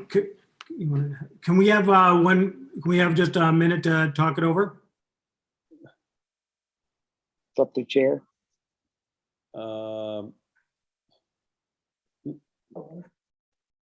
Not really. That's not kind of how we operate. Either you're make a continuance or you don't. Okay, we'll do it. Well, we would like a continuance. All right, since a party has requested a continuance, the issue before the commission is to decide whether to leave the record open for additional written evidence, testimony, and argument, and if so, for how long. Typically, if the record is left open for written material only, the record is left open for 7 days for any new written evidence, and the commission's practice is then to set a deadline for 2 days later for any rebuttal to that new written evidence to be submitted, and then the matter would be heard in 2 weeks based upon the written evidence. Or the commission may wish to continue the hearing to another date, 2 weeks, to submit additional written or oral testimony. So the commission needs to decide which procedure to follow, as the commission's well as aware. Okay, Kirk? Evan, I guess, so the procedure is that the appellant appeals, then submits evidence, and then submits oral testimony, and then asks for continuance to submit additional evidence. Is that what I'm hearing? Well, so think of this is the initial evidentiary hearing. Okay. So while it is an appeal of the staff decision, it is the initial evidentiary hearing. So the applicant has the burden always in proving their application. So any party, the applicant, the appellant, a third party could ask for the record to be left open. So their designated status doesn't make a difference, if that's your question. No, I'm trying to get through the idea that in my world, you have a hearing and both sides present all their evidence, and then the decision maker makes a decision. It's not this. Wait a minute. It's not the scenario in which you have a hearing, you present your evidence, and then you ask for continuance to provide more evidence. So I guess I'm a little confused. Yeah, under ORS 197-763-4B, the legislature has directed that following an initial evidentiary hearing on a permit like this, that any party may request an opportunity to present additional testimony. The question to the commission is whether that additional testimony comes only in written form or oral and written, if you just continue the hearing. But yes, pursuant to that statute, if you will, there's a second opportunity to provide additional evidence. Okay, so Commissioner, I would just say that if we're going to get more evidence, that it would only be in written form. I would concur. I'm not in agreement with that. Normally I would be, but given the number of petitioners on that signature, I thought that all those signatures there, I think it may be worthwhile, given what we've said tonight, that we hear from more of the people in the neighborhood, and at least allow for that opportunity for them to come and speak their mind about this application. Well, I mean, they can. That's Aren't they here tonight, Vice Chair Paulson? What's that? Yeah. Why aren't they here tonight? I don't know, but given the points have been made, I think I'd like to hear their perspective. They can write it.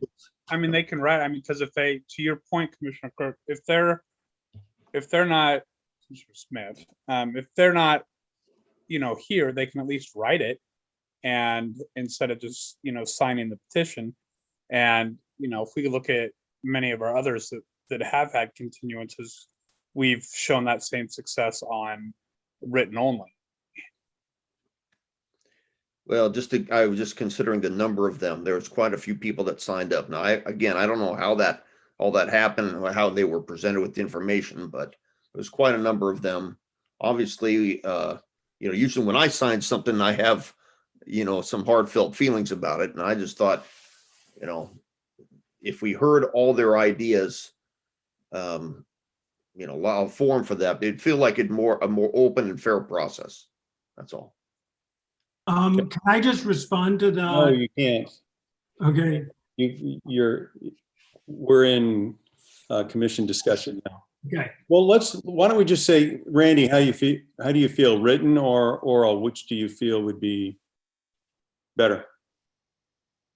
Well, I did find it significant that all those people had signed the petition, and I did give some weight to that, but they did have the opportunity to be here tonight.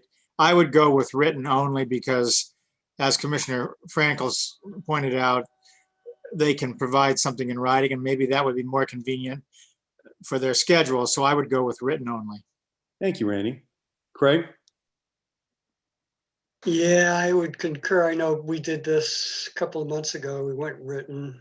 I agree. If they could have been here, they could provide their evidence in writing, and we'll consider it.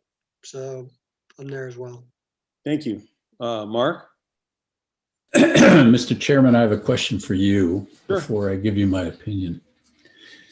I did not see that petition in our documents. What was it there?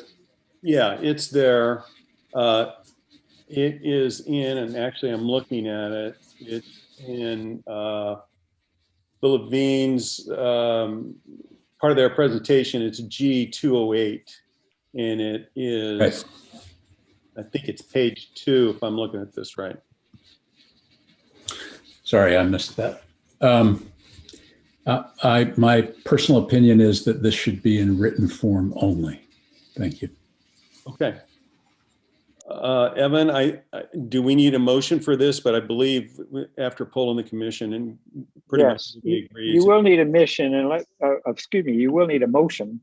And let me suggest to that motion, it would be to continue the public hearing for the submission of written testimony only.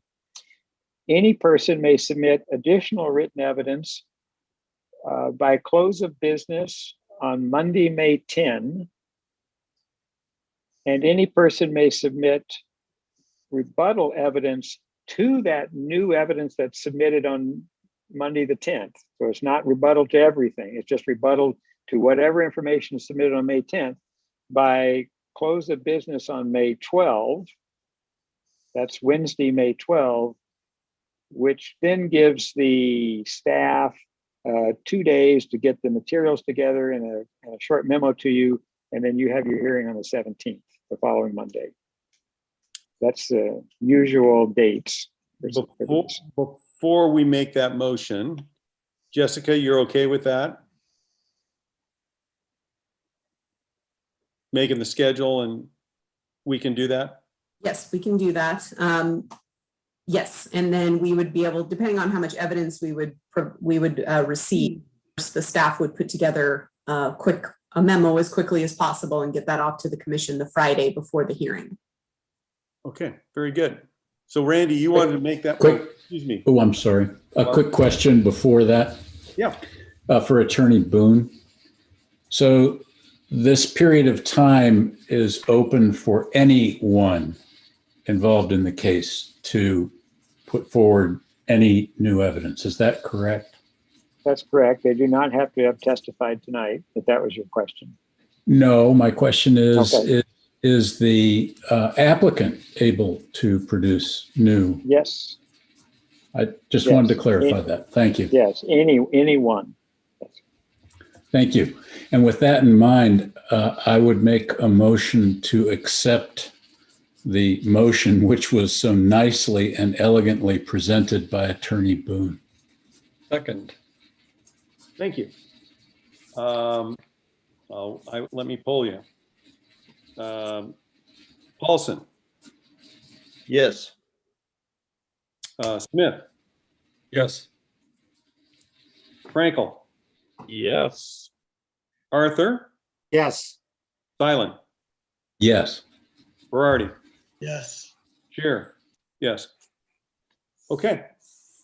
All right, just as a reminder for those listening, then any new evidence written in form only by Monday, May 10, close of business to the planning department, and any rebuttal evidence to that new evidence is on Wednesday, May 12, close of business. And the hearing is continued then for the commission's deliberation, which would include all the new written stuff that comes in May the 17th at 7 o'clock. And I would also just point out for those listening that when we receive the new evidence, it will be posted on the project webpage, so you are able to access it. And if you want to rebut that, just keep in mind that during the rebuttal period, you can't submit any new evidence. So get in new evidence during the new evidence period. That'll be posted on the webpage, and then you can only rebut what's posted on the new evidence on the webpage during the rebuttal period. And these dates will also be posted on the project page as well. So the project page is where you go for the information. Okay, thank you, Jessica. So now we will move on to our second hearing of the evening. Do you guys want to take a quick break, or are you ready to keep rolling? Keep rolling? Yeah, keep rolling. Okay. So now we will consider LU 20-0045, a request for a major variances to the front yard, north side yard, and rear yard setbacks in order to construct carports in an existing residential parking lot. This site is tract A of the Lake Oswego Sailing Club PD on 3rd Street. The tax lot map is 2110AB12200. The staff coordinator is Evan Franstead, senior planner. Thank you, Mr. Chair. I'll Thank you. read the read process again. Thank It's you. the same as those, same as before. This land use request is considered based on the applicable criteria and standards. The staff report lists the criteria that staff has identified applicable to the request. It was available online. You must identify any additional criteria you believe applies. Testimony and evidence must be directed towards the applicable criteria. Please specifically identify to the commission the criteria or standards you are addressing, so the commission may consider your testimony in relation to that criteria or standards. If you do not identify the criteria or standards you're addressing, the commission is not obliged to guess which standards or criteria you're testifying about and may not consider your testimony in its decision. Failure to raise an issue accompanied by statements or evidence sufficient to afford the commission and the parties an opportunity to respond to the issue precludes raising the issue to the City Council and the Oregon Land Use Board of Appeals based on that issue. The failure of the applicant to raise constitutional or other issues relating to proposed conditions of approval with specificity to allow the commission to respond to the issue precludes an action for damages in circuit court. The public hearing process is as follows: the presentation by staff, then testimony by the applicant up to 20 minutes, then testimony by parties in support of the application, followed by testimony by parties opposed to the application, and then testimony by those neither for nor against the application. Individuals are allowed up to 5 minutes. Any person in attendance may cede his or her time for testimony to another person, except to the applicant, but in no case shall any person's testimony be increased to greater than 10 minutes. Recognized neighborhood associations, homeowner associations, government or government agencies, or other incorporated public interest organizations will be allowed up to 10 minutes. Following that would be the applicant's rebuttal up to 5 minutes, and then commission deliberation, including a statement to the applicant by the commission of any proposed conditions of approval different than contained in the staff report, and the applicant's response to the commission's conditions of approval proposed following commission deliberation. Following testimony by all interested persons that have signed up to speak in the applicant's rebuttal, I will ask whether any persons request a continuance of the hearing in order to submit any additional written evidence or testimony. You may request a continuance by, if you're in the meeting, in the Zoom meeting, testifying at the conclusion of your testimony, either at the end of your testimony or at the conclusion of all testimony, indicate that you request an attendance. You would need to unmute, then request the continuance.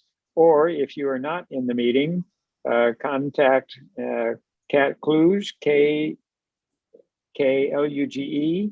at lakeoswego.city. That's again, KKLUGE at lakeoswego.city, or phone number 503-635-0286, and leave your name and contact information with her, indicating your request a continuance of the hearing. These time limits I stated do not include time spent responding to questions from the commission Testimony by attorneys, representatives, and witnesses on behalf of or which are part of the presentation by a person shall be counted within that person's time limit. It's assumed the persons are testifying in their own behalf unless they expressly identify the recognized neighborhood association, homeowner association, government or government agency, or other incorporated public interest organization they are representing. A potential conflict of interest declared on behalf of each of the DRC members to the extent of their business or employment, which each will identify. Unless declared otherwise, respective DRC member does not have a known present or anticipated future business relationship with the project or the applicant. It is possible that a future business relationship could arise in the initiation, design, construction, or maintenance of the project through either the employment or business of the DRC member personally, or through a relative as defined in ORS 244-020. At this point, I would ask the commission members to please declare any ex parte contacts, including a site visit, any bias on the application, your financial conflicts of interest, if any, and your business or employment. Mr. Chair, if you'll make the rounds. Thank you. My name is Jeff Shearer. I'm a retired contractor. I have not visited the site, although I'm very aware of it. I've had no ex parte contact, no bias, and no financial conflict of interest. Commissioner Polson. Yes, my name is David Polson. I'm a civil engineer. I have not visited the site. I have had no ex parte contact. I have no biases, and I have no financial conflicts of interest. Thanks, David. Commissioner Smith. My name is Kirk Smith. I'm an attorney with the law firm of Buckhalter Ader Wynn. I don't know if you can hear the train in the background. Thank you. Just left here. Sorry. Based on the information provided by the city, I ran a conflicts check, and based on our conflict system, there were no conflicts for this application. I've not visited the site. I have no other ex parte contacts, no bias, and no additional financial conflicts of interest.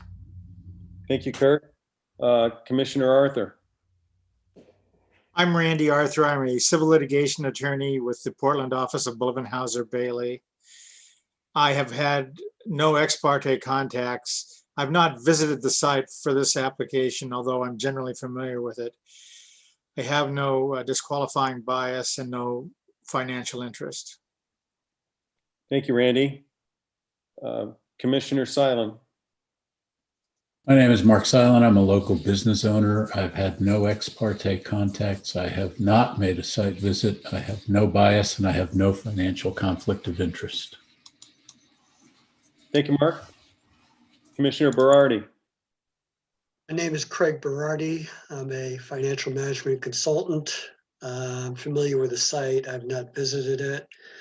No ex parte contacts, no bias, and no financial conflicts. Thank you, Craig. Commissioner Frankel. Jason Frankel, bank manager here at KeyBank downtown Lake Oswego. I also am familiar with the site, but have not done a site visit for the purpose, nor have I had any ex parte contact. I have no bias, and I have zero financial conflict. Thanks, Jason. Okay. That's the end of the poll. Kat, can you confirm by chat, because I know you can't respond orally, whether all interested parties are now admitted into the Zoom so they could respond to a question? Everyone is admitted into the hearing. Thank you. Is there any challenge to commissioners' right to consider the application? Hearing none, then I believe Associate Planner Evan Franstead has the staff report. Thank you, Mr. Boone and commissioners. Before I begin my presentation, I would like to call out additional written testimony that we received today. In my memo, it's listed in my memo dated today. Those are exhibits G001, G002, G100, and G200 that need to be entered into the record.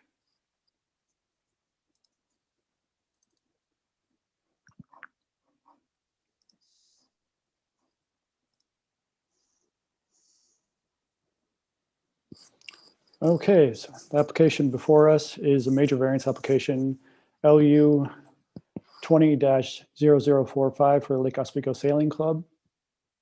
The site It's approximately 15,756 square feet in area, has frontage on 3rd Street.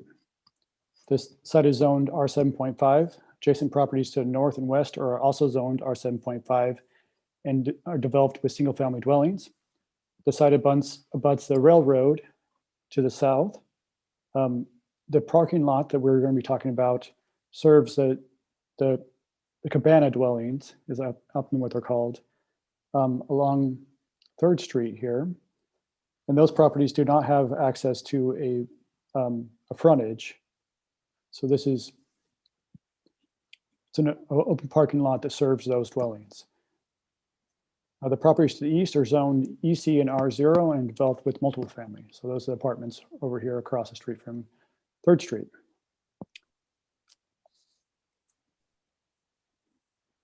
This is the existing features survey that was submitted. The site is Tract A of the Sailing Club plan development, which includes a parking lot with 16 open parking spaces and a garage that includes 10 parking spaces. The parking lot itself constitutes the only parking for the 10 dwellings I talked about to the south. They're part of the PD. There's no vehicle access to those individual dwellings. The existing parking lot was constructed in 1988 prior to the Sailing Club plan development approval and is non-conforming to the R7.5 front yard, rear yard, and side yard setback standards. Here is the basic site plan that was submitted with the application. The applicants proposed to construct 3 carports with the hatched areas here. Here's 1, here's 2, another one right here. Those are all over existing parking spaces. Here's more of a close-up view of it. Here's the existing driveway. So if you take a right off a 3rd and pull into the parking lot, there are 5 spaces here that will have a carport there, 3 parking spaces here that will have a carport. These 2 parking spaces here will remain uncovered. And then if you go past the existing garage, there's 2 parking spaces here along the west side that will have a carport as well. And these parking spaces here will remain uncovered. Here are some example photos that applicants submitted. The carports, these are generally what they think the carports will look like. They will be between 9, 10 feet high, 20 feet deep, 10 feet wide. They'll be made of posts that are treated wood, painted white. Accents will be painted white with horizontal backboards. They show here painted lightly gray to match the existing garage. There's another example they submitted. And on to the major variance criteria. Major variances are significant change from the code requirements that are likely to create impacts on adjacent properties or users. The purpose of major variance is to allow development not in conformance with the requirements of the development code owing to special circumstances or conditions beyond the applicant's control when application of the code standards would result in undue and unique hardship or would result in a taking of a private property without compensation under state federal law. The first criterion is that the request is necessary to prevent an unnecessary hardship based on some considerations. And it's before I go into more analysis, but longstanding interpretation and past variances approval have held that a reasonable use is to have a 2-car garage per single family dwelling in low density zones such as this is R7.5. There is, as I mentioned, there's an existing garage on the site that includes 10 parking spaces. So right now they have 1 covered parking space per dwelling. The 3 proposed carports will include covered parking for an additional 10 parking spaces, for a total of 20 covered parking spaces, which will make 2 covered parking spaces per dwelling. Staff finds, for these reasons, that the inability of the owners to construct carports to provide 2 covered parking spaces per single family dwelling would be a hardship. And then on to site constraints. Here's an aerial photograph of the property. Again, this is an irregular shaped lot. It has the front on 3rd Street, has sides to north and south. This is a rear because it's parallel to the front, and so is the for this west property line. As shown on the existing location of the parking spaces, the only location to put the parking spaces and allow access to the spaces within the required front yard, side, and rear setbacks would be to construct the carports over the parking spaces. They are already, all these parking spaces are within these setbacks. The whole parking lot is non-conforming to that. Really, the only option to cover these parking spaces is to locate them in the setbacks. The site's irregular configuration and prior approval of its use as the only location for parking in the adjacent 10 single-family dwellings does not allow sufficient space to locate 2 covered parking spaces per single-family dwelling on the site and comply with the setbacks. There's no other location available for accessory parking of the dwellings, and the site was designated in its plan development approval as a location for the parking. Staff finds that there are existing physical circumstances related to the site that make the hardship unnecessary.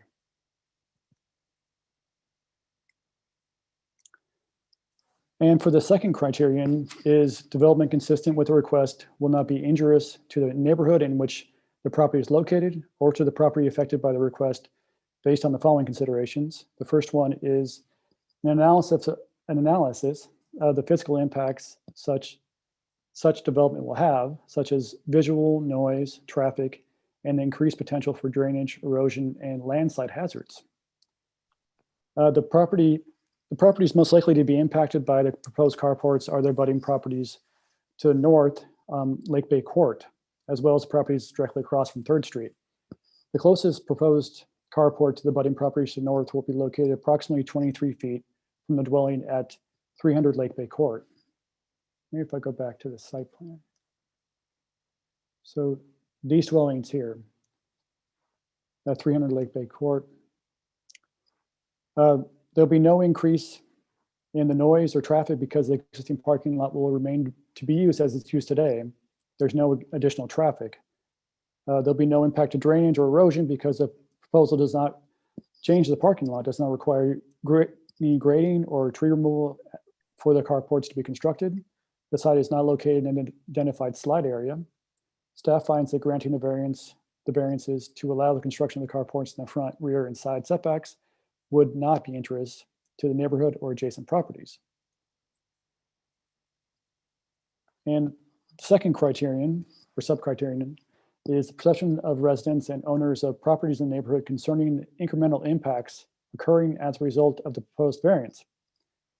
The property directly across 3rd Street includes multiple family dwellings, the Uptown at Lake Oswego Apartments, which have garages in the front yard setbacks that are approximately 4 feet. The 3 abutting properties to the north at Lake Bay Court include dwellings with garages and front setbacks of approximately 20 to 22 feet. The other properties along Lake Bay Court include garages with similar front setbacks, with several garages located within the required 25-foot front yard setback.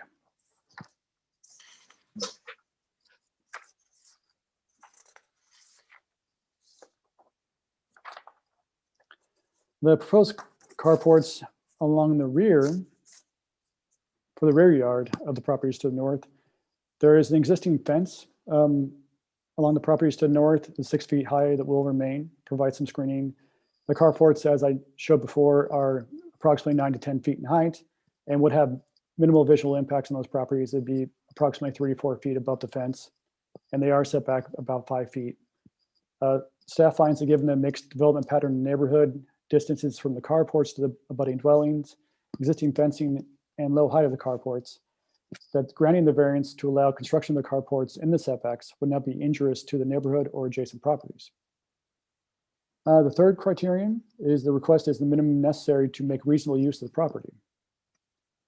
Due to physical constraints previously discussed, there is no alternative site plan for the carports that would comply with the R7 setbacks. The existing parking spaces are located in the front, rear, and side setbacks. In order to provide cover of the existing parking spaces, the carports would have to be in those setbacks. Excuse me. The proposed carports will provide an additional 10 covered parking spaces with a combined 10 in the garage, making 20 covered parking spaces, resulting in the 2-car garage or covered parking per dwelling unit. Therefore, the staff finds that the requested variances are the minimum necessary to achieve reasonable use of the property. And then last topic here is parking. Let me go back to the site plan here.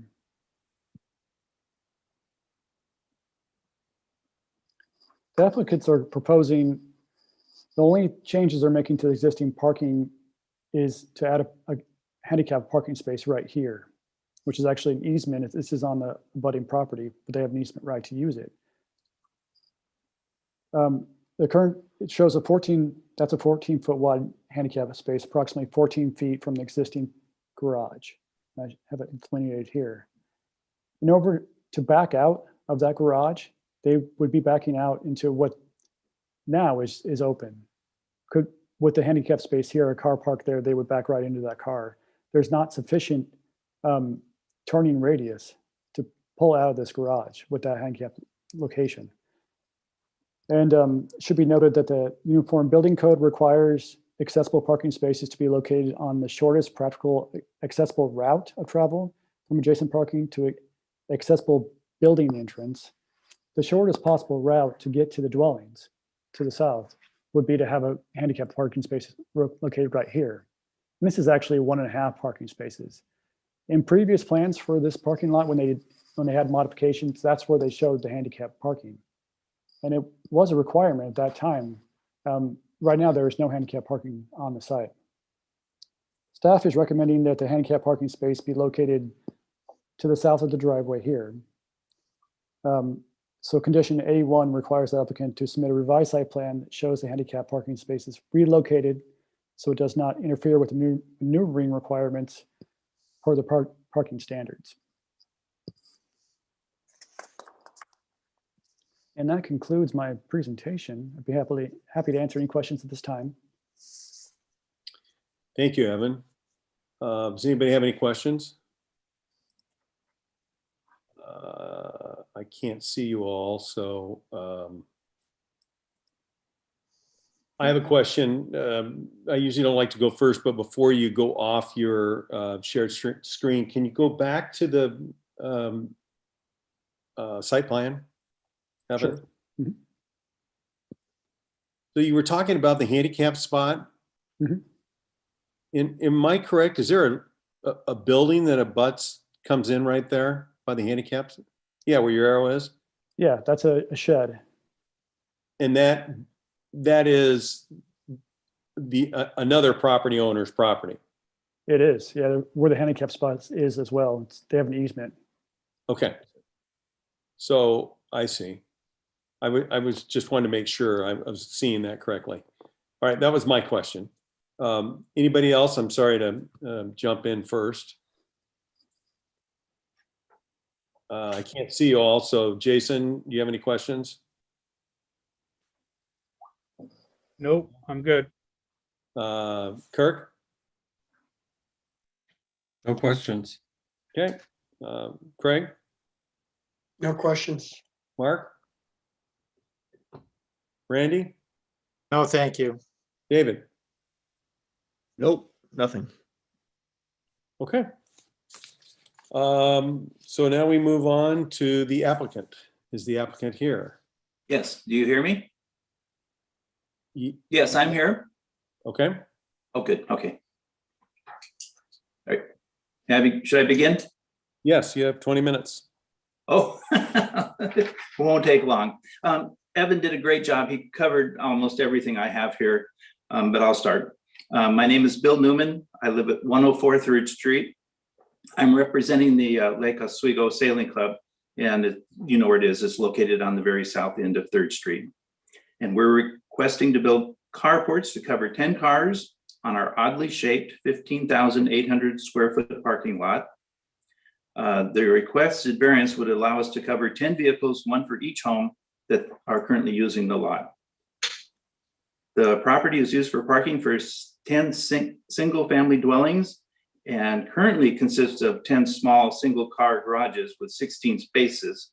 The carport will cover only the existing asphalt parking spaces. We are requesting to cover 10 of the 16, one for each residence, and will convert one into a handicap parking spot and moving it up where Evan said, I don't think will be any problem. Although we're asking for a variance for the setbacks, we are not asking for variances for lot coverage or any height requirements. We will not be reducing or changing any of the existing landscaping. We will not be removing any asphalt or adding any to the lot. We looked at alternative configurations for the carports and found this plan to be the minimum necessary to make reasonable use of the property due to its irregular shape. People often park in our parking places to go to the condos next door or the apartments across the street, or to attend the Saturday Farmers Market and other events at Millennium Park. By building carports, it would be far less likely that people would not know that it is a private parking lot opposed to a public lot. Not having covered parking not only results in unauthorized cars parking in our space, but also results in us having to stand in the rain or snow while loading our cargo and passengers. Another problem the carports would address is the damage to our vehicles from extreme sun exposure, from rain, hail, and snow and ice. And as Evan mentioned, it has been determined by Lake Oswego City staff that a 2-car garage is the minimum reasonable use for each home. The addition of the carports would just bring us closer to that standard. The project would not be injurious to the neighborhood, quite the opposite. The carports would look much nicer than the current large expanse of asphalt. Thank you. Thank you. Any questions from the commission?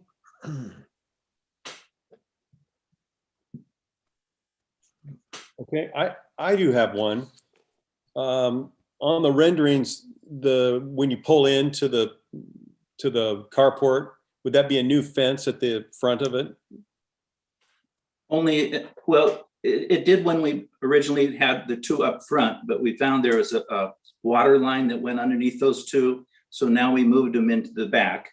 And yes, there'll be a fence across the back and one along the side, and then there won't be where the existing fence is now. Okay, so there's still a shield for the residents on the other side, even though it's not new. Yes. Okay, thank you. Anybody else have questions? Okay. We now go to, I believe, parties testifying in favor. You have 5 minutes, and the first person on my list is Kevin Costello. Hi.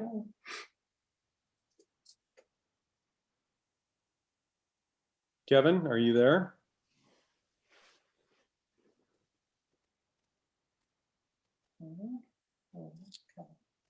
Okay, maybe we'll come back to Kevin. The next person in favor, I have Christine Meharry. Christine, are you here? Hi, can you hear me? I'm here. Barely hear you. Hi, is that better? Not really, but go ahead. Okay, I actually don't have anything to add, so I'll let you continue on. Okay, thank you. Next one in favor is Colin McKean. I don't see Colin on the call, the Zoom call. All right. Kevin, can you hear me, Kevin Costello? Okay, no. So that's all our people in favor. So Judy. You should have had David Meharry. I'll just speak into, my wife was Christine. She was having trouble getting on the audio. I don't have you on the list. Oh. So. We live together, so just nothing more to say that I'm in favor. We've been living here for 9 years, and we're wildly excited about having a carport. That was the first thing I was hoping for 9 years ago, and we have a line possibility that it might happen. And appreciate all the hard work this commission is doing, and hopefully you find favor our application. Thank you. Evan, does he need to send an email or anything to Kat for the paperwork? No, I think, let me see, am I live? Okay. Well, I assume we have the address from Christine Costello, so that's sufficient. Okay, very good. Mr. Christine Chairman, Meharry, not Meharry. Costello. Yes. Mr. I'm Chairman, trying to email Mr. Costello, so. Okay, thank you. Mr. Chairman, Yes, sir. Mr. Meharry left a note in the chat portion of this that said that he was in communication prior to noon today, just expressing his desire to express his opinion. I see that, how to testify. Okay, Yeah, so he, thank you. yes, Mr. Chair, I just want to clarify, people don't have to, we prefer that they sign up ahead of time just so that it's easier for us paperwork wise, but anyone could call in. I mean, anyone can testify, so they don't have to have previously signed up to I understand that. I just thought we had to have their address and name on the record. That's all. Got it.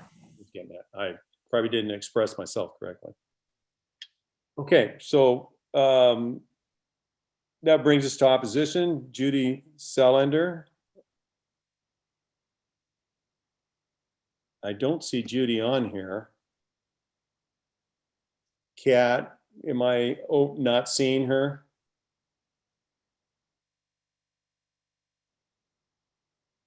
Sorry to be a little vague. I want to make sure if I'm giving everybody the opportunity if they're on and it's not showing on my Zoom screen. Judy, she left a little while ago, so she has not tried to get back on. Okay.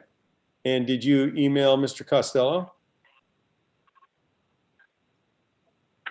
I sent him a. I did, and also. Pardon me?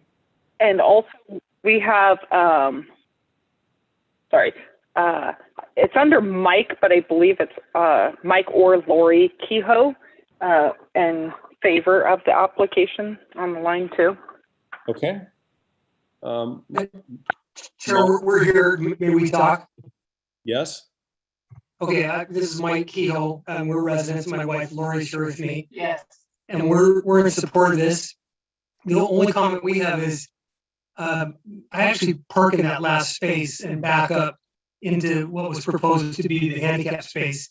And there are often trucks parked there, and I have no problem backing up into that. So I guess I would just indicate that I don't agree with planning on that it's easy to back up in spite of other vehicles being there. So I'm in support of the handicap space being located behind my parking. It hasn't been a problem for me at all. I would agree. It's there's an easement for a friendly commitment with a couple landscaping. I'm not sure if that's someone speaking or not. Okay, sorry about that. Lori was just adding to what I was saying. I forgot the rules that only one of us can speak.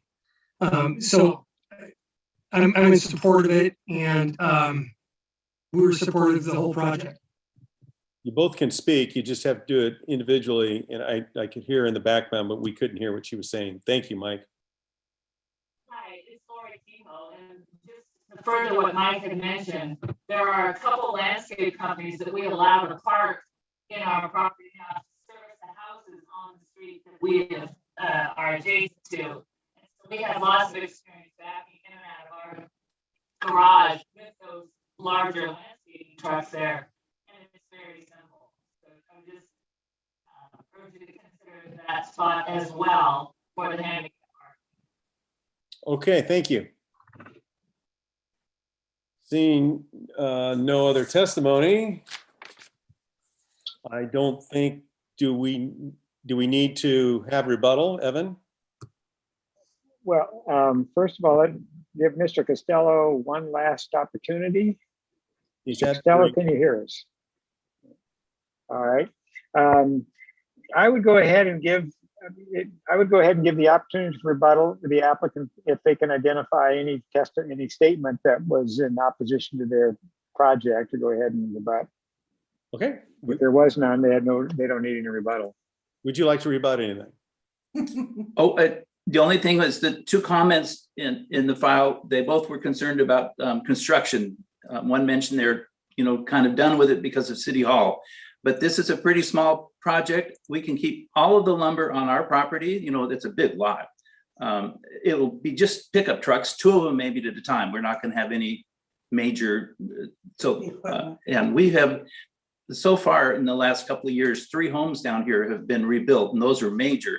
And we still had room on our property to store, ceiling joists and all that kind of stuff. So it will not be a problem for the neighborhood as far as getting into their driveways. Okay, thank you. Okay, thank you. Kevin? All right, am I live? Prior to closing the public hearing, any person may request an opportunity to present additional evidence. If a request is made, the public hearing shall be either continued to a date certain, not less than 7 days later, or the record shall remain open for at least 7 days after the hearing to enable additional written evidence or testimony to be submitted, and the commission would establish the period for any rebuttal written evidence to be submitted. Is there any such request? Hearing none.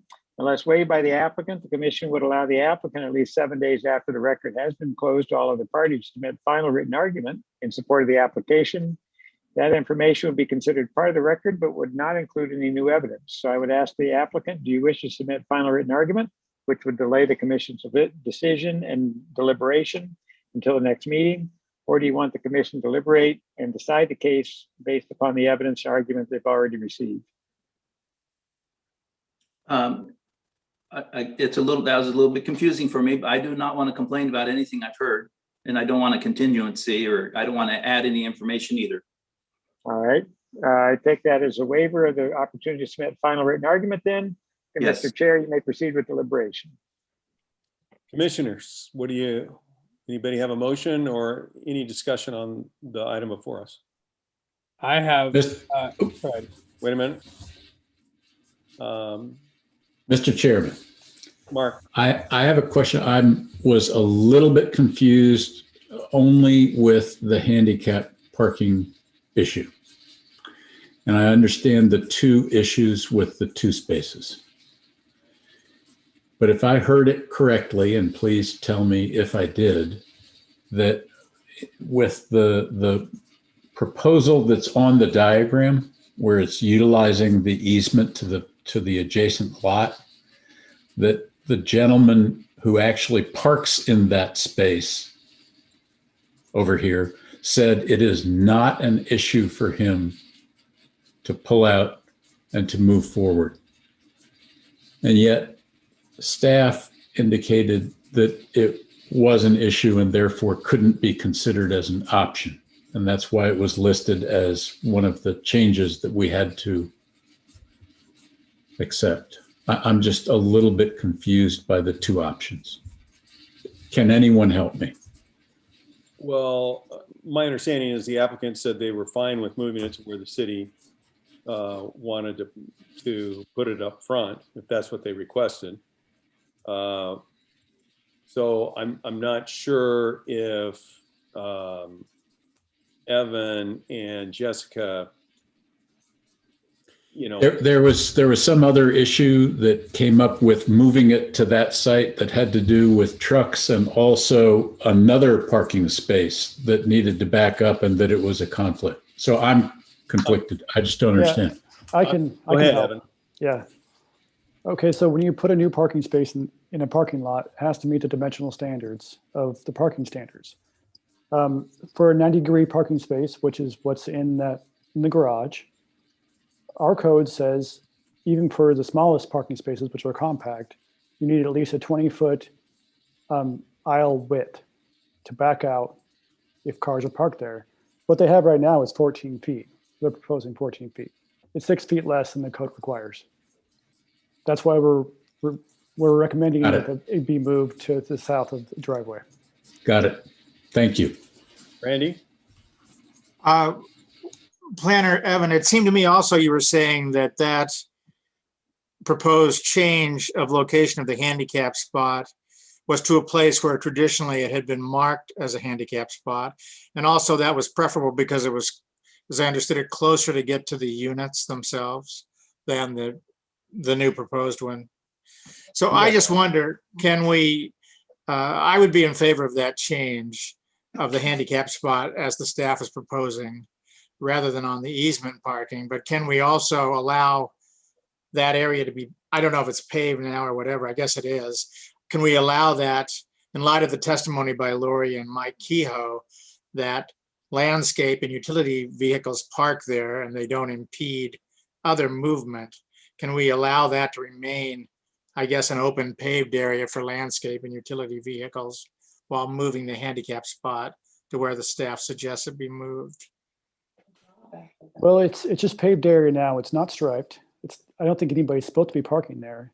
But we don't have any compliance issues with it that I know of. So it can remain as it is today, yes, I guess, to answer your question. Okay. Jason, did you have a question? No, mine was just based off of that, very similar to the first question in there in the handicap.